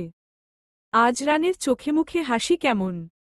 হেসেই বলল, ছি রোজ, কি সর্বনাশ করলি আমার। শ্বশুরবাড়ি এসে কিনা এখন আমার ভার্জিনিটি লুফে নিলি তুই? রোজ তাকালো মিনমিনে দৃষ্টিতেই। আজরান আবারও বলল, আমার তো লজ্জা হচ্ছে। আমার শাশুড়ি আম্মু কি ভাবছে বলতো এতটা সময় একঘরে আছি দেখে? রোজ তাকালো। উত্তর করল, কিছু ভাবছেন না। আমার আম্মুর মাইন্ড আপনার মতো নয়। মানে? কিচ্ছু না। আজ রান হাসে। রোজের নাকে ঠোঁট ছোঁয়াল আদুরে ভঙ্গিতে। বলল, ঠিক আছে। কিন্তু আমার অনেক ইচ্ছা বাসরটা আমি বিয়ের পর করব। রোজ ভ্রু কুঁচকে বলল, বিয়ের আগে করেছেন? আজ রান হেসে বলে, না, বড়াব্বুকে আজই বলেছিলাম তোর আর আমার বিয়ের অনুষ্ঠান করতে। বড় আম্মুকেও বলেছিলাম। আমার ইচ্ছা ছিল আনুষ্ঠানিক বিয়ের রাতেই বাসর সেরে ফেলার, কিন্তু তুই বজ্জাত। কবির সাহেব এলেন প্রায় রাত 11টায়। আজ রানকে অবশ্য তখন দেখা গেল না, কারণ সে রোজের রুমেই। খাবার দাবার ও তাদের রুমেই পাঠিয়ে দিয়ে নূরজাহান, তাই কবির সাহেব আর জানতেই পারলেন না আজ রান এসেছে, তারই বাড়িতে তার মেয়ের সাথে আছে। খাবার টেবিলে ডেইজি আছে, রোজ নেই দেখে উনি বললেন, রোজ কোথায়? ডাকছ না ওকে? ডেইজি বাবার দিকে তাকিয়ে উত্তর করল, খেয়ে নিয়েছে ও। উনি মাথা নাড়ালেন। নূরজাহানের দিকে তাকিয়ে বললেন, ও বাড়ি থেকে রোজ আর আজরানের আনুষ্ঠানিক বিয়ের বিষয়ে কথা বলল। কল করে জানাল। আমি না করে দিয়েছি নূর। নূরজাহান স্বামীর দিকে আশাহতভাবে তাকালেন। ডেইজিও চোখ ছোট ছোট করে দ্রুত বলল, তুমি রাজি হলে না কেন আব্বু? তুমি কি চাও না রোজ সুখী হোক? কবির সাহেব মুহূর্তেই বললেন, তাই বলে ওই পরিবারের সাথে আম্মু? হার মানব আমি। ডেইজি ছোটশ্বাস ফেলে এবং জানাল, তুমি কি তোমার মেয়েদের ভালোবাসো না আব্বু? নাকি আমায় ভালোবাসো আর রোজকে ভালোবাসো না এমন? তুমি চাও রোজও আমার মতো কষ্ট পাক? মেনে নিচ্ছ না কেন ওদের বিয়েটা আব্বু?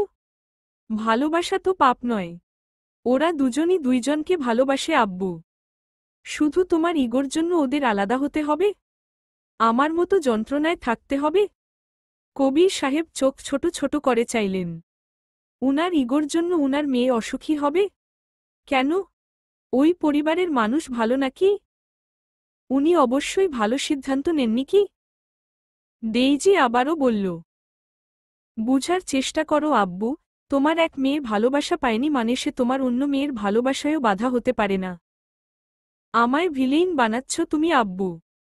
রোজের চোখে খারাপ বানাচ্ছ। আমি চাই রোজ সুখী হোক, ভালো থাকুক। ভালোবাসার মানুষের সাথে সুখী থাকুক। আমার মতো কপাল ওর না হোক। কবির সাহেব এবার যেন বুঝলেন। ডেইজি বোধহয় আসলো সঠিক বলছে এমনটা বুঝে উনি কেমন নীরব দৃষ্টিতে চেয়ে থাকলেন।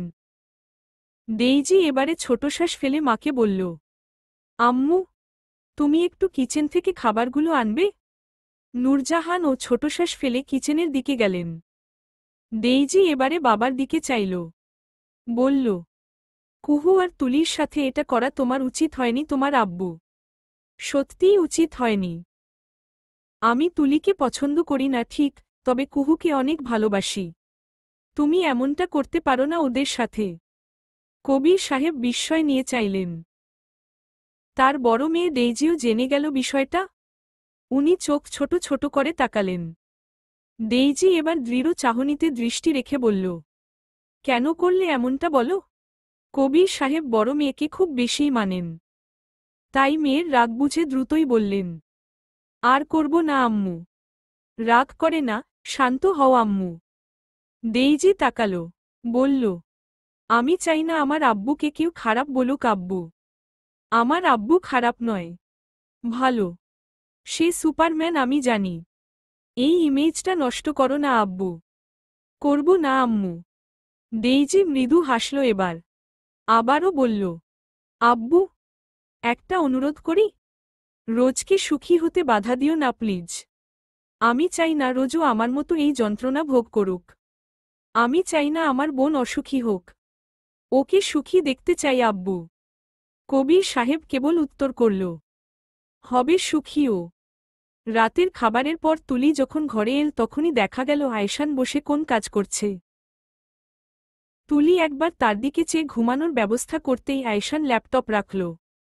বিছানায় টানটান হয়ে হাত পা মেলে শুয়ে পড়ে অতঃপর শুধাল, আম্মুর সাথে সব রাগ অভিমান মিটে গেছে তুলি? তুলি নিশ্চুপ তাকাল। হ্যাঁ, মিটে গেছে। মামনির সাথে তার কোন রাগ ছিলই না। যা ছিল তা চাপা অভিমান। কিন্তু কখনো প্রকাশ করতেই পারেনি মেয়েটা। মামনি সেবার রেগেই বলেছিল তুলিকে যাতে তার সামনে না পড়ে। তুলিও সে আদেশ মাথা পেতে নিয়ে কখনো নিজ থেকে যোগাযোগ করেনি, সামনে যায়নি। অথচ আজ কতগুলো দিন পর মামুনি তাকে আদর করল, আগের মতো স্নেহ করল, ভালোবাসল। তুলির এসব ভেবেই কান্না পেল কেবল। মায়ের পর যাকে সে নিজের মায়ের মতো ভেবেছে, সর্বোচ্চ ভালোবেসেছে, তার আদর পেয়ে টলমল হয়ে উঠে চোখজোড়া। কতগুলো দিন সে চাপা কষ্ট বয়ে গিয়েছে। মামনির সাথে কথা বলার জন্য ছটফট করেছে। আজ এতগুলো দিন সে আগের মামনিকে পেয়েই সে আনন্দে উদ্গ্রীব হল। কান্না পেল তার কেবল। আর সে কান্না বোধহয় আয়শানের জিজ্ঞেস করা প্রশ্নে আরও উতলে উঠল। চোখ টলমল হয়ে আসে মুহূর্তেই। কোনোভাবে কান্না আটকে রেখে শুধাল, আমি মামনির উপর কখনো রাগ করিনি, কখনোই না। তবে একটা চাপা কষ্ট ছিল এই ভেবে যে মামনি আমার জন্য কষ্ট পেয়েছে। আমি অপরাধী ছিলাম তার চোখে এই ভেবে কষ্ট পেতাম। আজ আমি মামনিকে জড়িয়ে ধরতে পেরেছি। আগের মতো ঝাপটে জড়িয়ে ধরতে পেরেছি আয়শান ভাই। আয়শান খেয়াল করল কেবল তুলিকে। চোখ থেকে পানি গড়িয়ে পড়েছে ততক্ষণে। তুলি অত্যাধিক নরম মনের মেয়ে। খুব ছোট থেকেই। শুধু মাঝখানে কেমন অনুভূতিহীন, নিষ্প্রাণ হয়ে গেল তার তুলিটা। তুলির আগের মতো হচ্ছে, লজ্জা পাচ্ছে, কাঁদছে, এসব দেখে আয়শান খুশিই হল। মৃদু হাসল এবারে। উঠে বসে তুলির হাতটা ধরে গম্ভীর স্বরে শুধাল, আম্মু অনেক আগেই ভুল বুঝতে পেরেছিল তুলি। কিন্তু তোর সাথে যোগাযোগ করার সাহস করেনি। আমার থেকে খোঁজ করত তোর। তুলি নিশ্চুপই থাকল। শুধু কান্নাই দেখা গেল। আয়শান ফের মাথায় হাত বুলিয়ে বলল, আম্মু তোকে আপন ভাবে, আমরা তোকে আপন ভাবি। বিশ্বাস করিস তো এখন? তুলি তাকায়। উত্তর করে, আমি আপনাদের কখনোই অবিশ্বাস করিনি আয়শান। তবুও আমি জানি, তুই ভাবতি এই বাড়ির কেউ তোকে আপন ভাবে না। তাই না? তুলির কান্না আরও বাড়ে যেন। ঠোঁট কামড়ে কান্না আটকানোর চেষ্টা চালায় মেয়েটা। অথচ পারে না। বলে, হঠাৎ এসব নিয়ে প্রশ্ন কেন করছেন? এমনি। আয়শান হেসে কথাটা বলতেই দরজায় আওয়াজ হল। এখন প্রায় রাত 12টা। দেরি হল কারণ তুলি আয়জানের সাথে দেখা করার জন্য অপেক্ষা করছিল। অতঃপর এতটা সময় থেকেও যখন আয়জান বাড়ি ফিরল না তখন রুমে এল। কিন্তু এত রাতে কে দরজায় আওয়াজ করবে? নিশ্চয় কোন দরকার? তুলি তাকাল। যেতে নিবে ওই সময় আয়শান উঠে গিয়ে দরজা খুলল। সঙ্গে সঙ্গেই দেখা মিলল আয়জানের। ভাইকে দ্রুত এড়িয়ে গিয়ে চলে গেল তুলির কাছে। অতঃপর তুলির মাথায় দ্রুত আলতো হাতে চড় মেরে বলে উঠল, তুলি, তুই আমার সঙ্গে দেখা না করে ঘুমোতে চলে এলি? কি আশ্চর্য, কি আশ্চর্য! আমরা তুলির একই রূপ দেখছি। তুলিটা কিনা এত নিষ্ঠুর হয়ে গেল। আয়জান ভাইকে ভুলে গেল। তুলির হেসে ফেলল এবারে। আয়জান এই বাড়ির ছোট ছেলে হওয়াতে ছোট থেকেই দুষ্টু প্রকৃতির, কিছুটা চঞ্চল। আর এই বাড়িতে এই চঞ্চল দুষ্টু প্রকৃতির ছেলেটার সাথেই তুলির খুব বেশি বন্ধুত্ব ছিল। তুলি হাসে। মাথায় হাত দিয়ে বলল, তো তুমি তো বন্ধুদের সাথে দেখা করতে চলে গিয়েছিলে।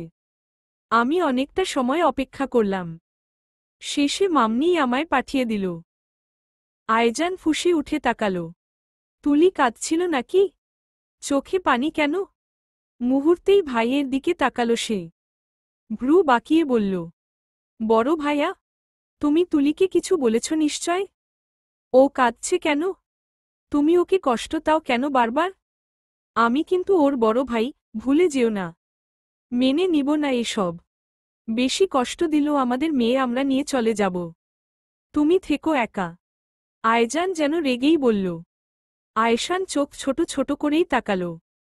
কোথাকার কোন অভিভাবক এলো? বলল, তোর বোন আগেও অল্পতেই কেঁদে ফেলত। মাঝখানে পাথরের মতো হাবভাব করে থাকত। এখন আবার আগের ফর্মে ফিরে এসেছে। আমি কিছু বলিনি। আয়জান তবুও ভাইয়ের দিকেই তাকাল। অতঃপর বলল, না বললেই ভালো। ফের তুলির দিকে তাকিয়ে বলল, শোন তুলি, তোর কিন্তু ডাবল অপরাধ। একে তো আমরা যখন বাড়ি ফিরলাম তখন তুই ছিলি না।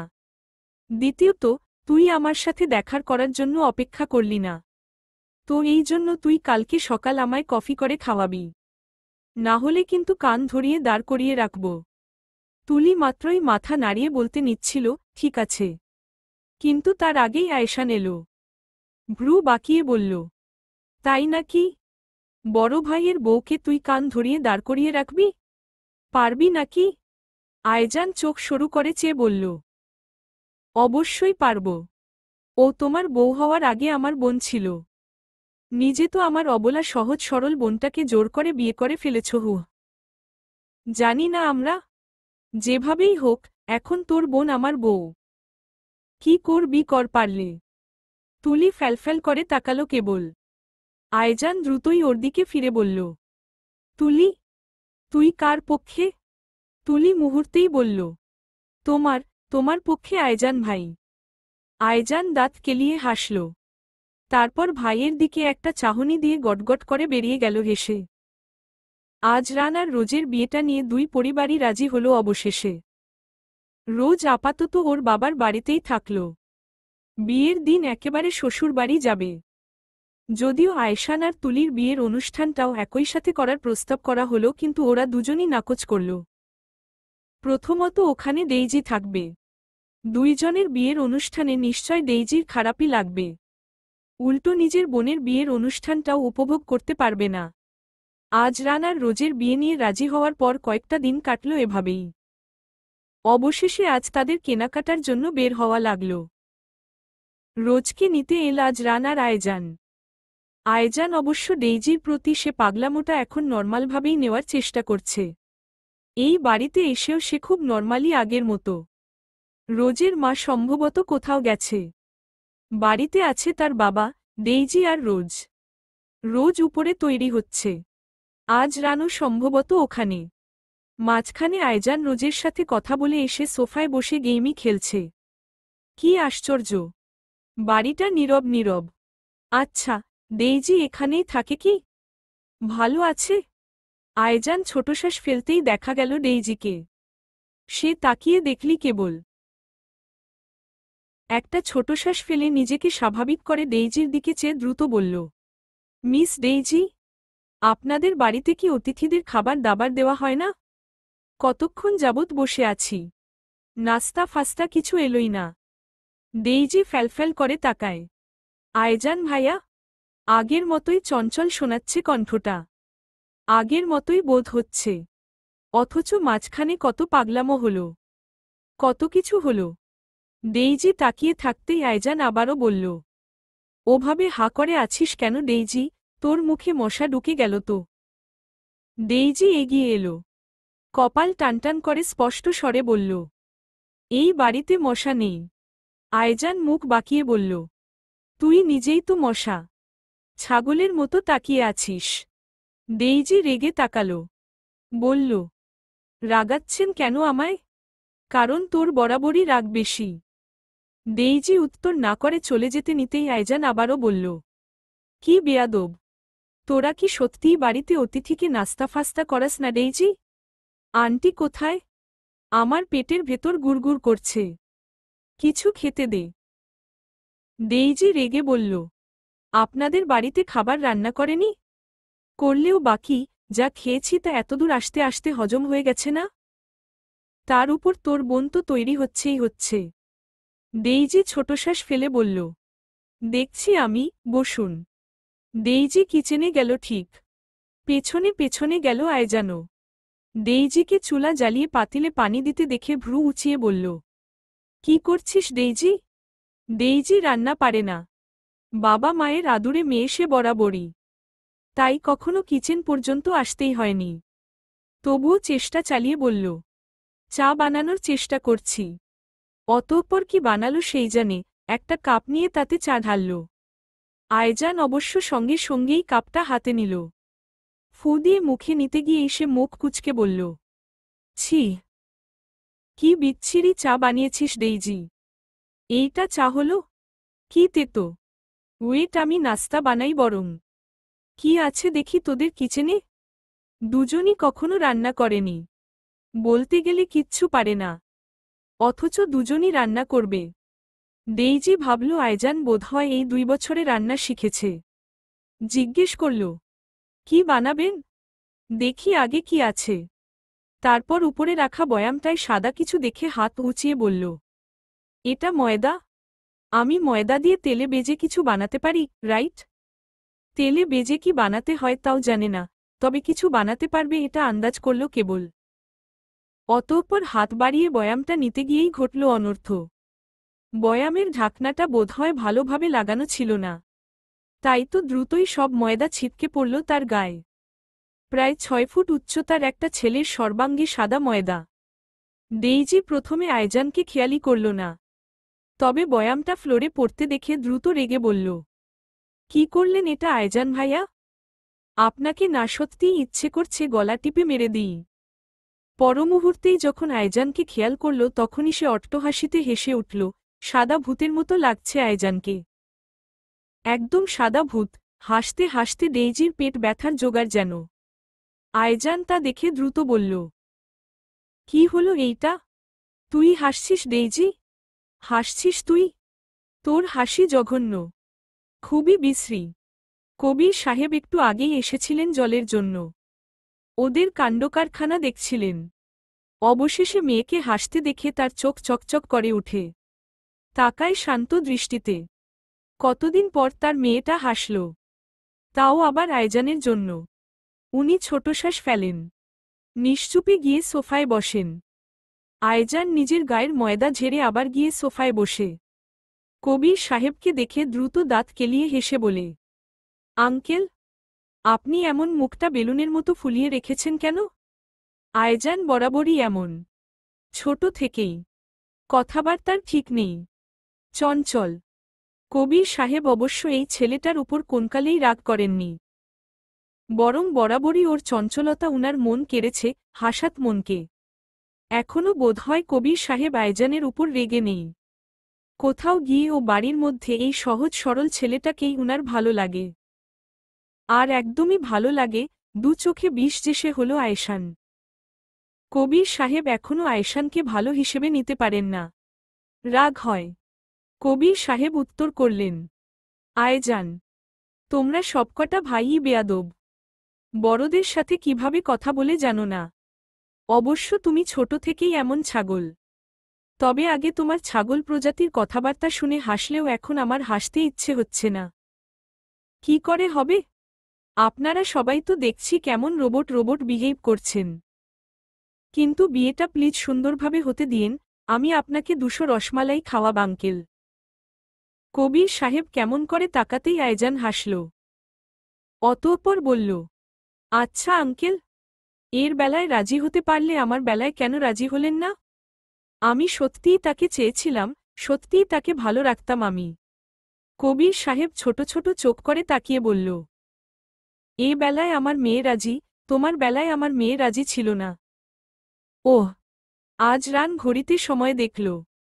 রোজ মাত্রই তৈরি হয়ে বের হল।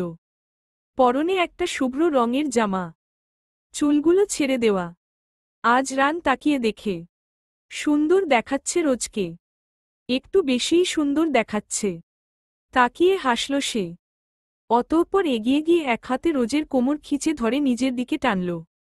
অন্য হাতের তর্জনী আঙ্গুল দিয়ে রোজের মুখে বুলিয়ে বলল, এতক্ষণের অপেক্ষা সার্থক, মাই হোয়াইট রোজ। আমি আপনার জন্য হাজারবার প্রেমে পড়তেও রাজি। রোজ তাকাল। আজ রান হেসে আচমকা মুখ নামাল। রোজের থুতনিটা আঙ্গুল দিয়ে তুলে ধরল। তারপর দুই চোখে তাকিয়ে বলল, আমার সমস্ত প্রেম তোর হোক জান। আমার সমস্ত স্পর্শ তোর হোক। এইটুকু বলেই সর্বপ্রথম ঠোঁট এগিয়ে চুমু দিল রোজের থুতনির সে তিলটায়। অতঃপর মুখ উঠিয়ে দখল নিল রোজের ঠোঁটজোড়ায়। উন্মাদের মতো ঠোঁটজোড়ায় নিজের রাজত্বের প্রকাশ ঘটাতেই রোজ হাঁপিয়ে উঠে যেন। আজ রান বুঝে দূরে দাঁড়াল। যেতে যেতে হেসে বলে গেল, আমার দোষ নেই জান, তোরই দোষ। এত সুন্দরভাবে আমার সামনে সামনে আসার প্রয়োজন কি বল? আমার তো ইচ্ছে হবেই, তাই না?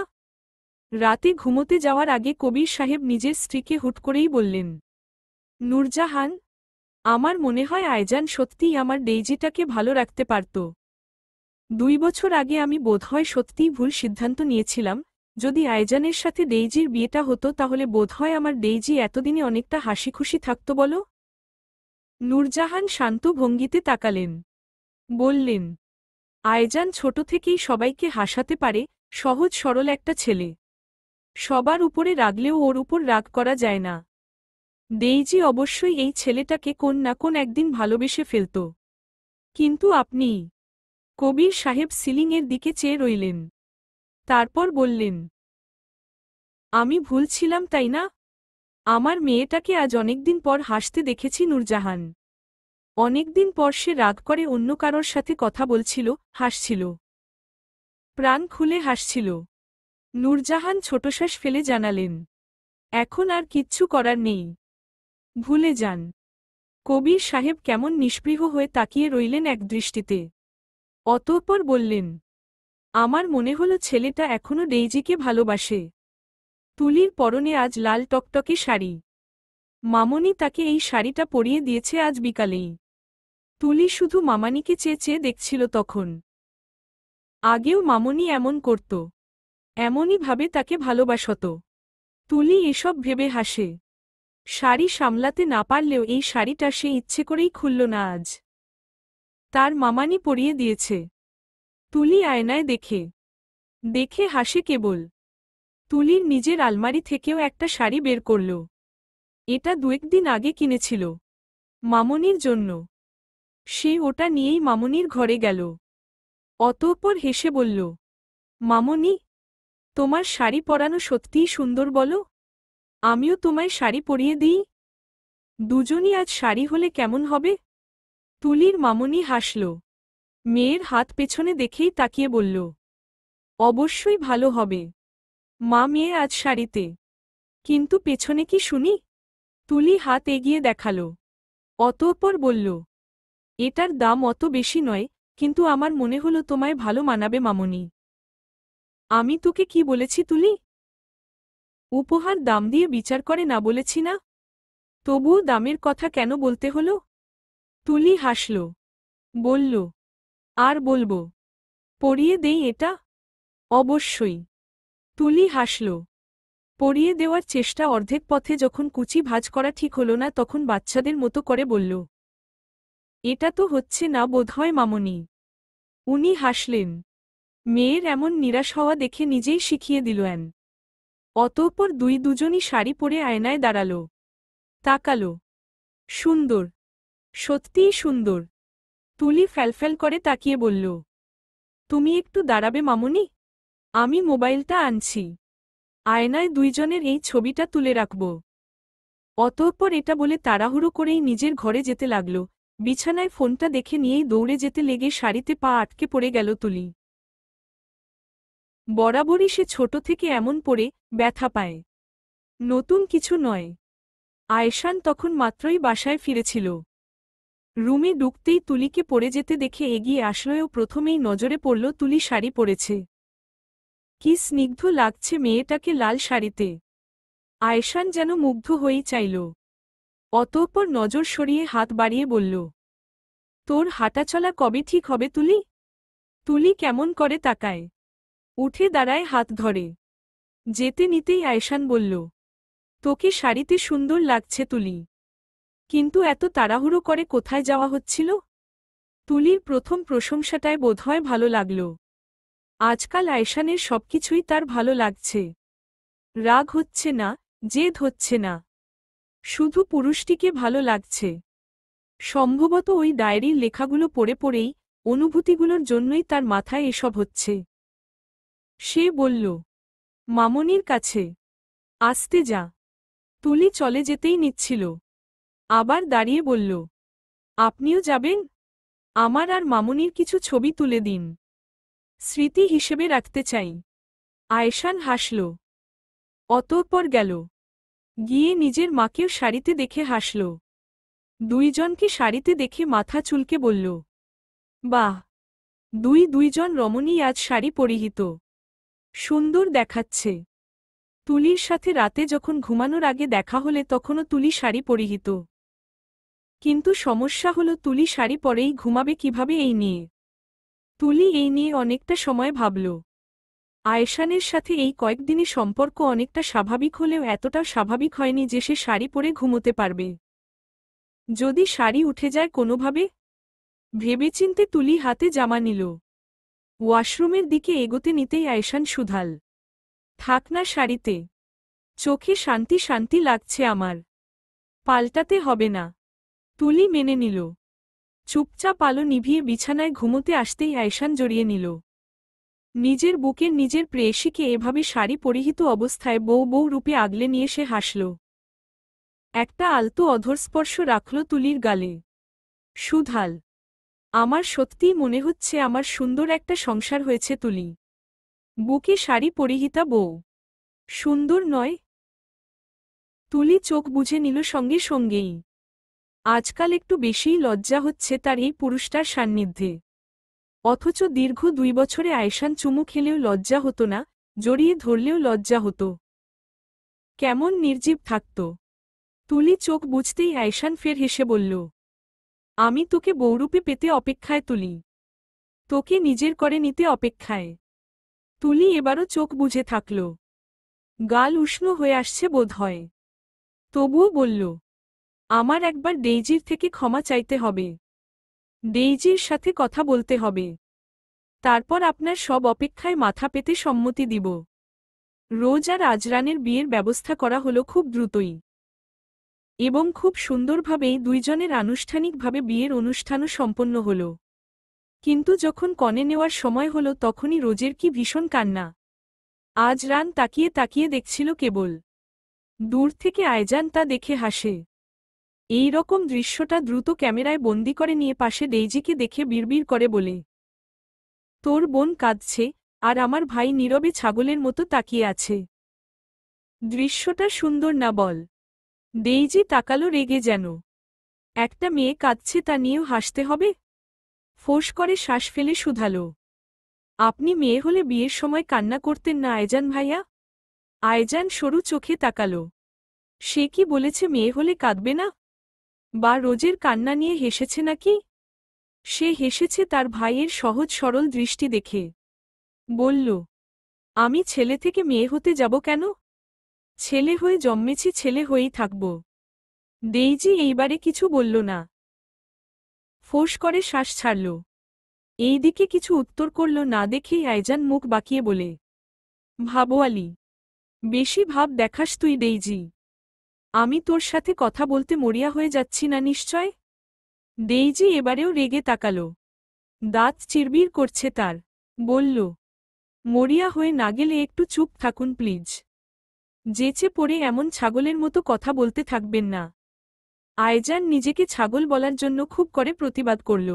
বলল, তুই ছাগল, তোকেই লাগছে একদম ছাগলের মতো।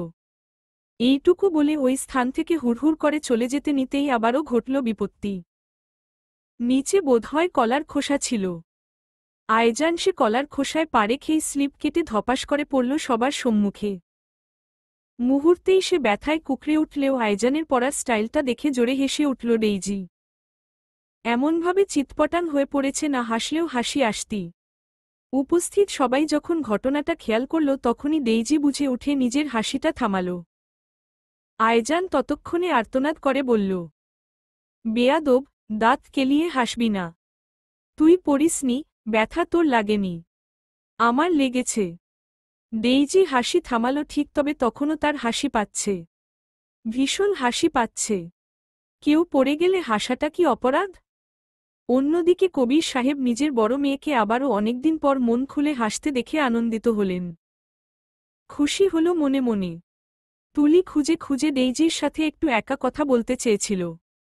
অবশেষে সে সুযোগটা হল কনে বর গাড়িতে উঠে বসার পর। আয়জান্না ডাকতে আসলো তুলি একটু পর আসছেই বলল। তুলি ডেইজিকে পেছনে থেকেই ডাক দিল। বলল, ডেইজি, শুনছ? ডেইজি তাকালো পেছনে ঘুরে। তুলিকে দেখে চোখ ছোট ছোট করে চাইল।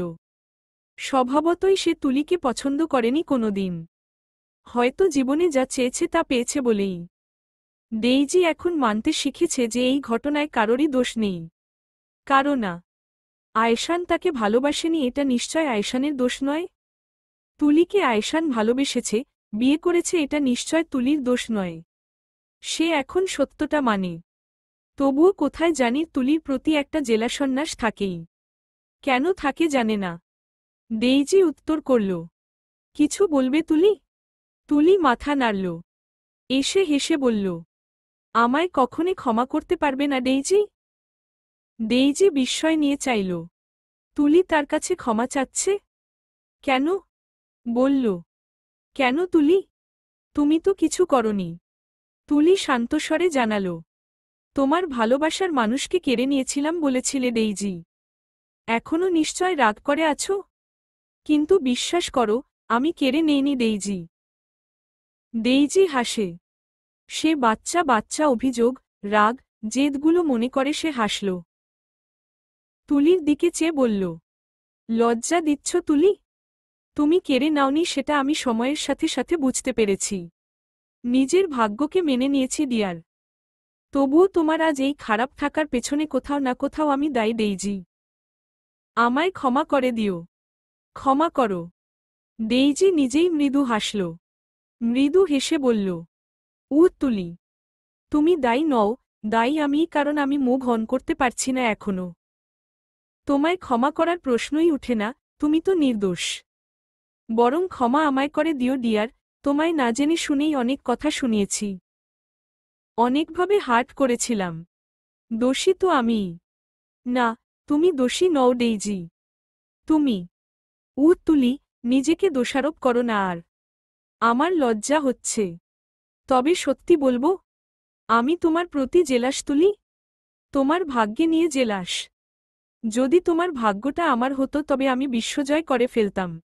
তুলি তাকায়। ডেইজি এখনো আয়েশানকে ভালোবাসে।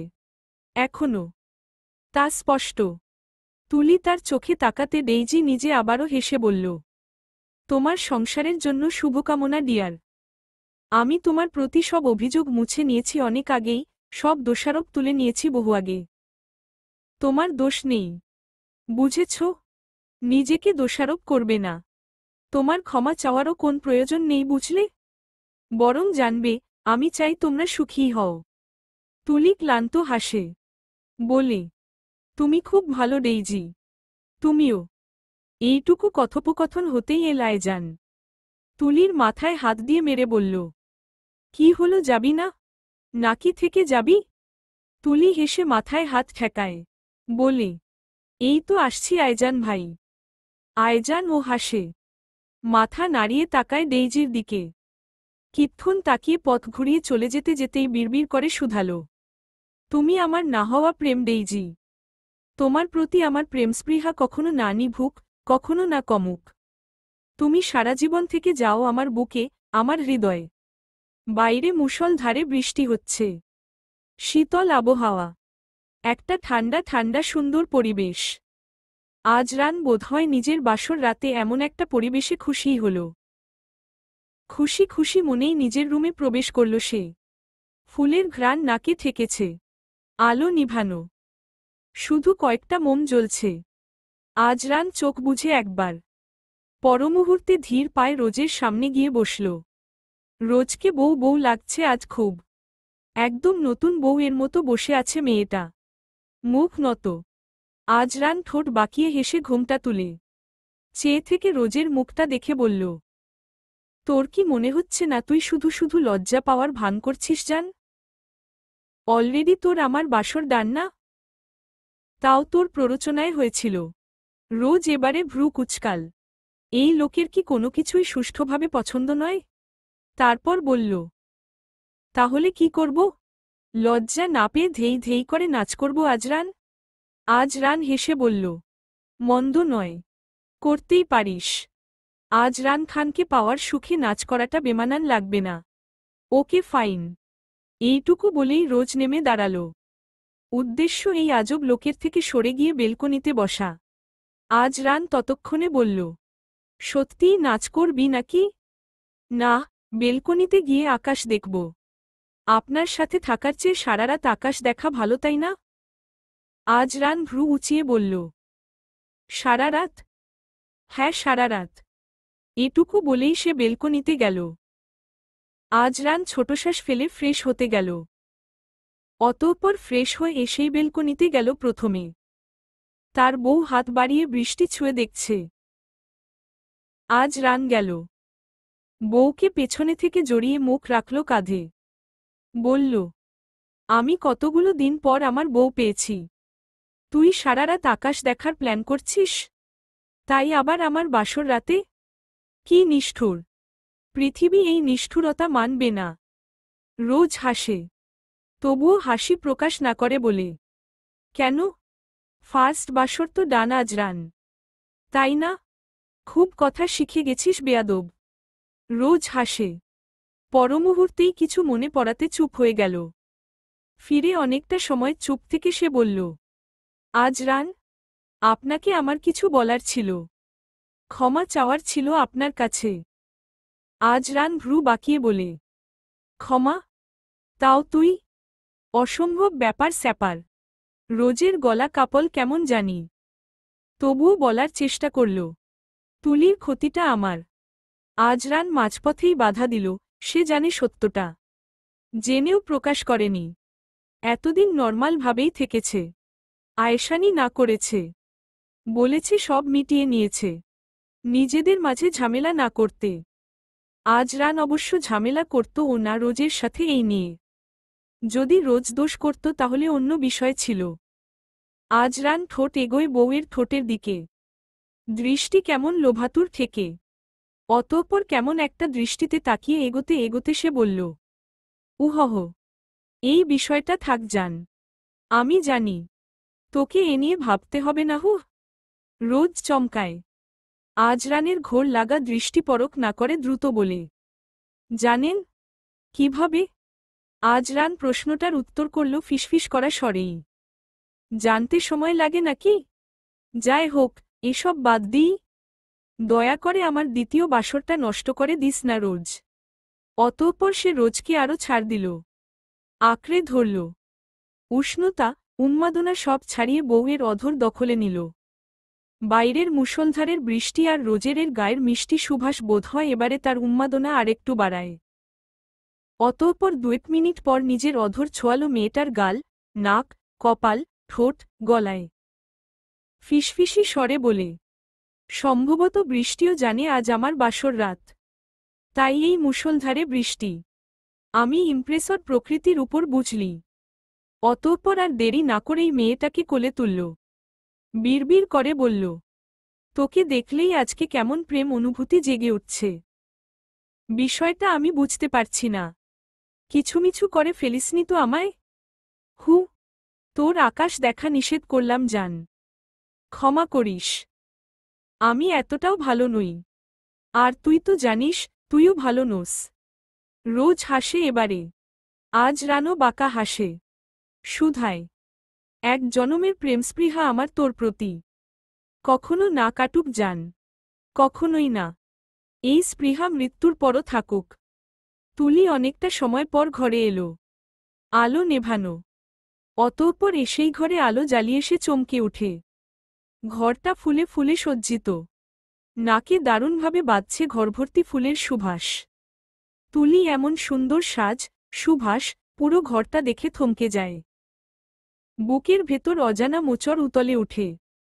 কোথাও আনন্দ, কোথাও বা ভয় হচ্ছে। মিশ্র অনুভূতি। অথচ তুলি পরিপক্ক মন মানসিকতার। বাচ্চা মেয়ে নয়। স্বামীর অধিকার সম্পর্কে তো সে জানে। তুলি ছোটশ্বাস ফেলে। স্বামীর অধিকার সম্পর্কে জানলেও এই অধিকার প্রাপ্তির বিষয়টা বুঝে সে শুকনো ঢোক গিলে। এসব কি আয়েশান করেছে? আয়েশান কি আজই চাইছে এসব? তুলি বুঝে না। ফ্যালফ্যাল করে তাকিয়ে থাকে। অন্যদিকে আয়েশান ভাইয়ের বিয়ের অনুষ্ঠান, বাবার সাথে কথোপকথন সব নিয়ে আসতে আসতে অনেক লেটই হল। তারপর যখন রুমে এল তার একটু আগেই তার ফোনে মেসেজ দিল আয়জান। ভাইয়া, তোমার জন্য সারপ্রাইজ আছে আজ রান ভাইয়ের পক্ষ থেকে। অবশ্য আমিও আছি। এনজয় করবে কেমন?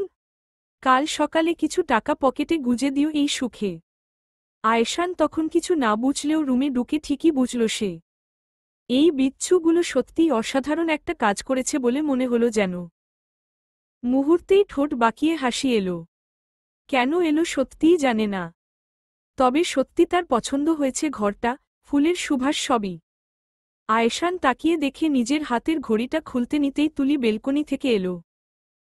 শুকনো স্বরে জিজ্ঞেস করল, এসব আপনি করেছেন? আয়েশান ভ্রু বাঁকায়। তুলির মুখটা দেখে তার হাসি পাচ্ছে। কি ভয়, কি চিন্তা, অথচ তুলিকে সুন্দরও দেখাচ্ছে ভীষণ পরনের গোলাপি শাড়িটায়। বাড়িতে অতিথি বলেই হয়তো শাড়ি পরেছে। তুলির মুখচোখে পানির ছিটেফোঁটেও বোঝা যাচ্ছে। বৃষ্টির পানি, নাকি মুখচোখে পানি দিয়েছে? আয়েশান একদৃষ্টিতে তাকিয়ে স্নিগ্ধময়ী তুলিকে পরখ করে। অতঃপর শুকনো ঢোক গিলে নিজের প্রেম প্রেম অনুভূতিকে ঢেকে রাখার চেষ্টা চালিয়ে বলে, বোধহয় আজ রান আর আয়োজন করেছে। চিন্তা নেই, আমি ওসব মাথায় আনব না। তুলির এবার আরও লজ্জা হল। আজ রান আয়োজন? নিজের বড় ভাইয়ের বয়সী দুইজন যাদের কিনা সে বড় ভাই মানে তারা এই ঘর সাজানোর দায়িত্বে? ইসোস, কি লজ্জাজনক।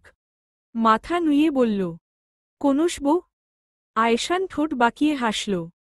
পরনের পাঞ্জাবি দুই হাতে খুলে নিয়েই বলল, এমন ফুলে সজ্জিত ঘরে থাকলে যা মাথায় আসে তুলি। তবে তুই যতদিন চাইবি না আমি তোকে জোর করব না। তুলি হঠাৎ চমকাল আয়েশানকে পাঞ্জাবি খুলতে দেখে। কিন্তু পরমুহূর্তেই দেখা গেল টি শার্ট নিয়ে পড়েছে। তুলি অস্ফুট স্বরে বলে, হু? আয়েশান ভ্রু উঁচিয়ে বলল, আই থিঙ্ক তুই এতটা অবুঝ নোস। তুলি শুকনো ঢোক গিলে ফ্রেশ হওয়ার প্রয়োজনীয়তা না থাকলেও বলল, আমি ফ্রেশ হয়ে আসি। আয়েশান দ্রুতই বলল, দাঁড়া। তুলি দাঁড়িয়ে গেল। আয়েশান ছোটশ্বাস ফেলে বলল, আমাদের বিবাহিত লাইফ এনজয় করা উচিত বল?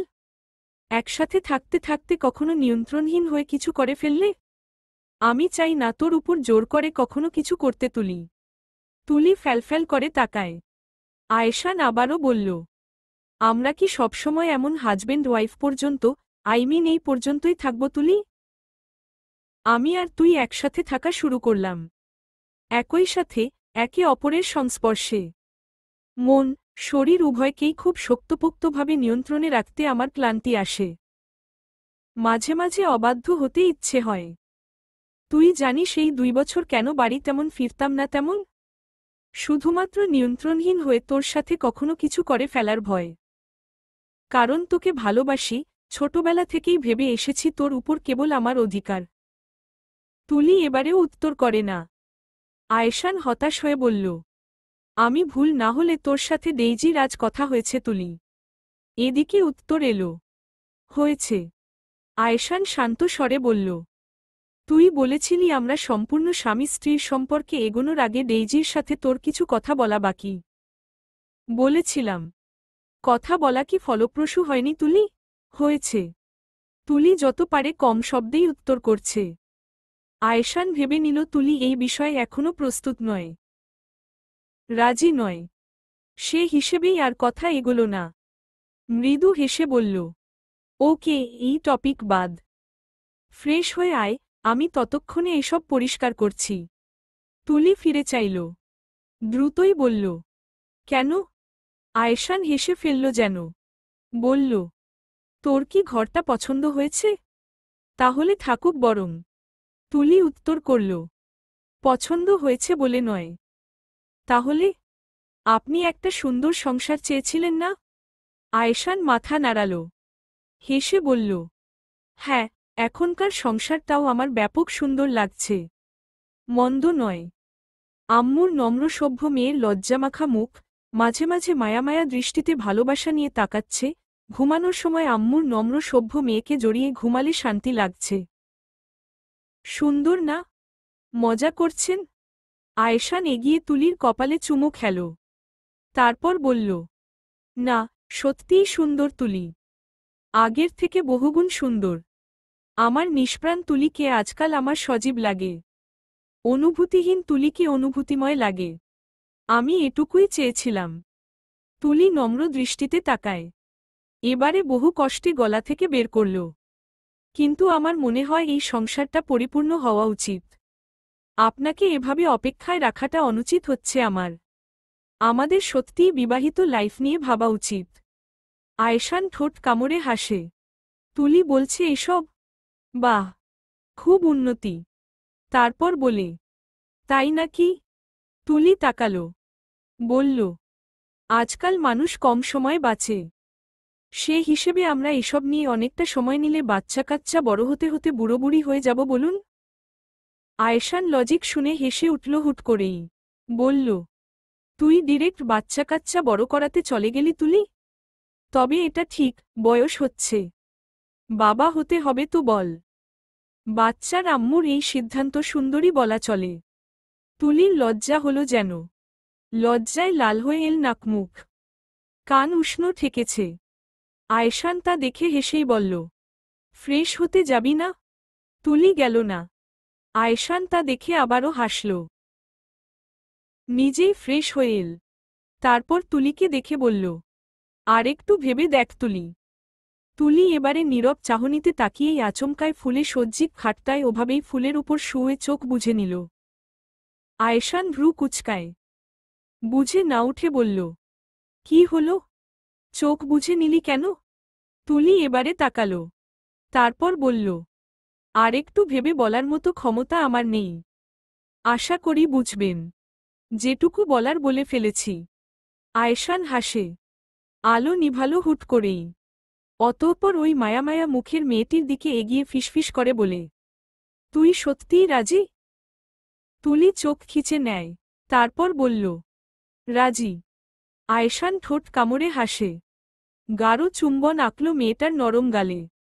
বিড়বিড় করে বলল, আমার মনে হচ্ছে তুই নার্ভাস।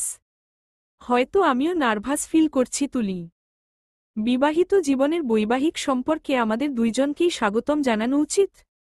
তুলি হাসল নিশ্চুপে। অতঃপর নিজের একান্ত পুরুষটির সান্নিধ্যে চোখ বুঝে এলো লজ্জায়, আবেশে। স্পর্শ, উষ্ণ শ্বাস প্রশ্বাস এবং প্রথমবারের মতো এতটা পুরুষ সান্নিধ্য সবেই তুলির অস্থিরতা বাড়ে যেন। নিজেকে মনে হয় পাগল প্রায়। তুলি চোখ বুঝে, চোখ তুলে চাইবার শক্তি বোধ হয় তার নেই। সত্যিই নেই।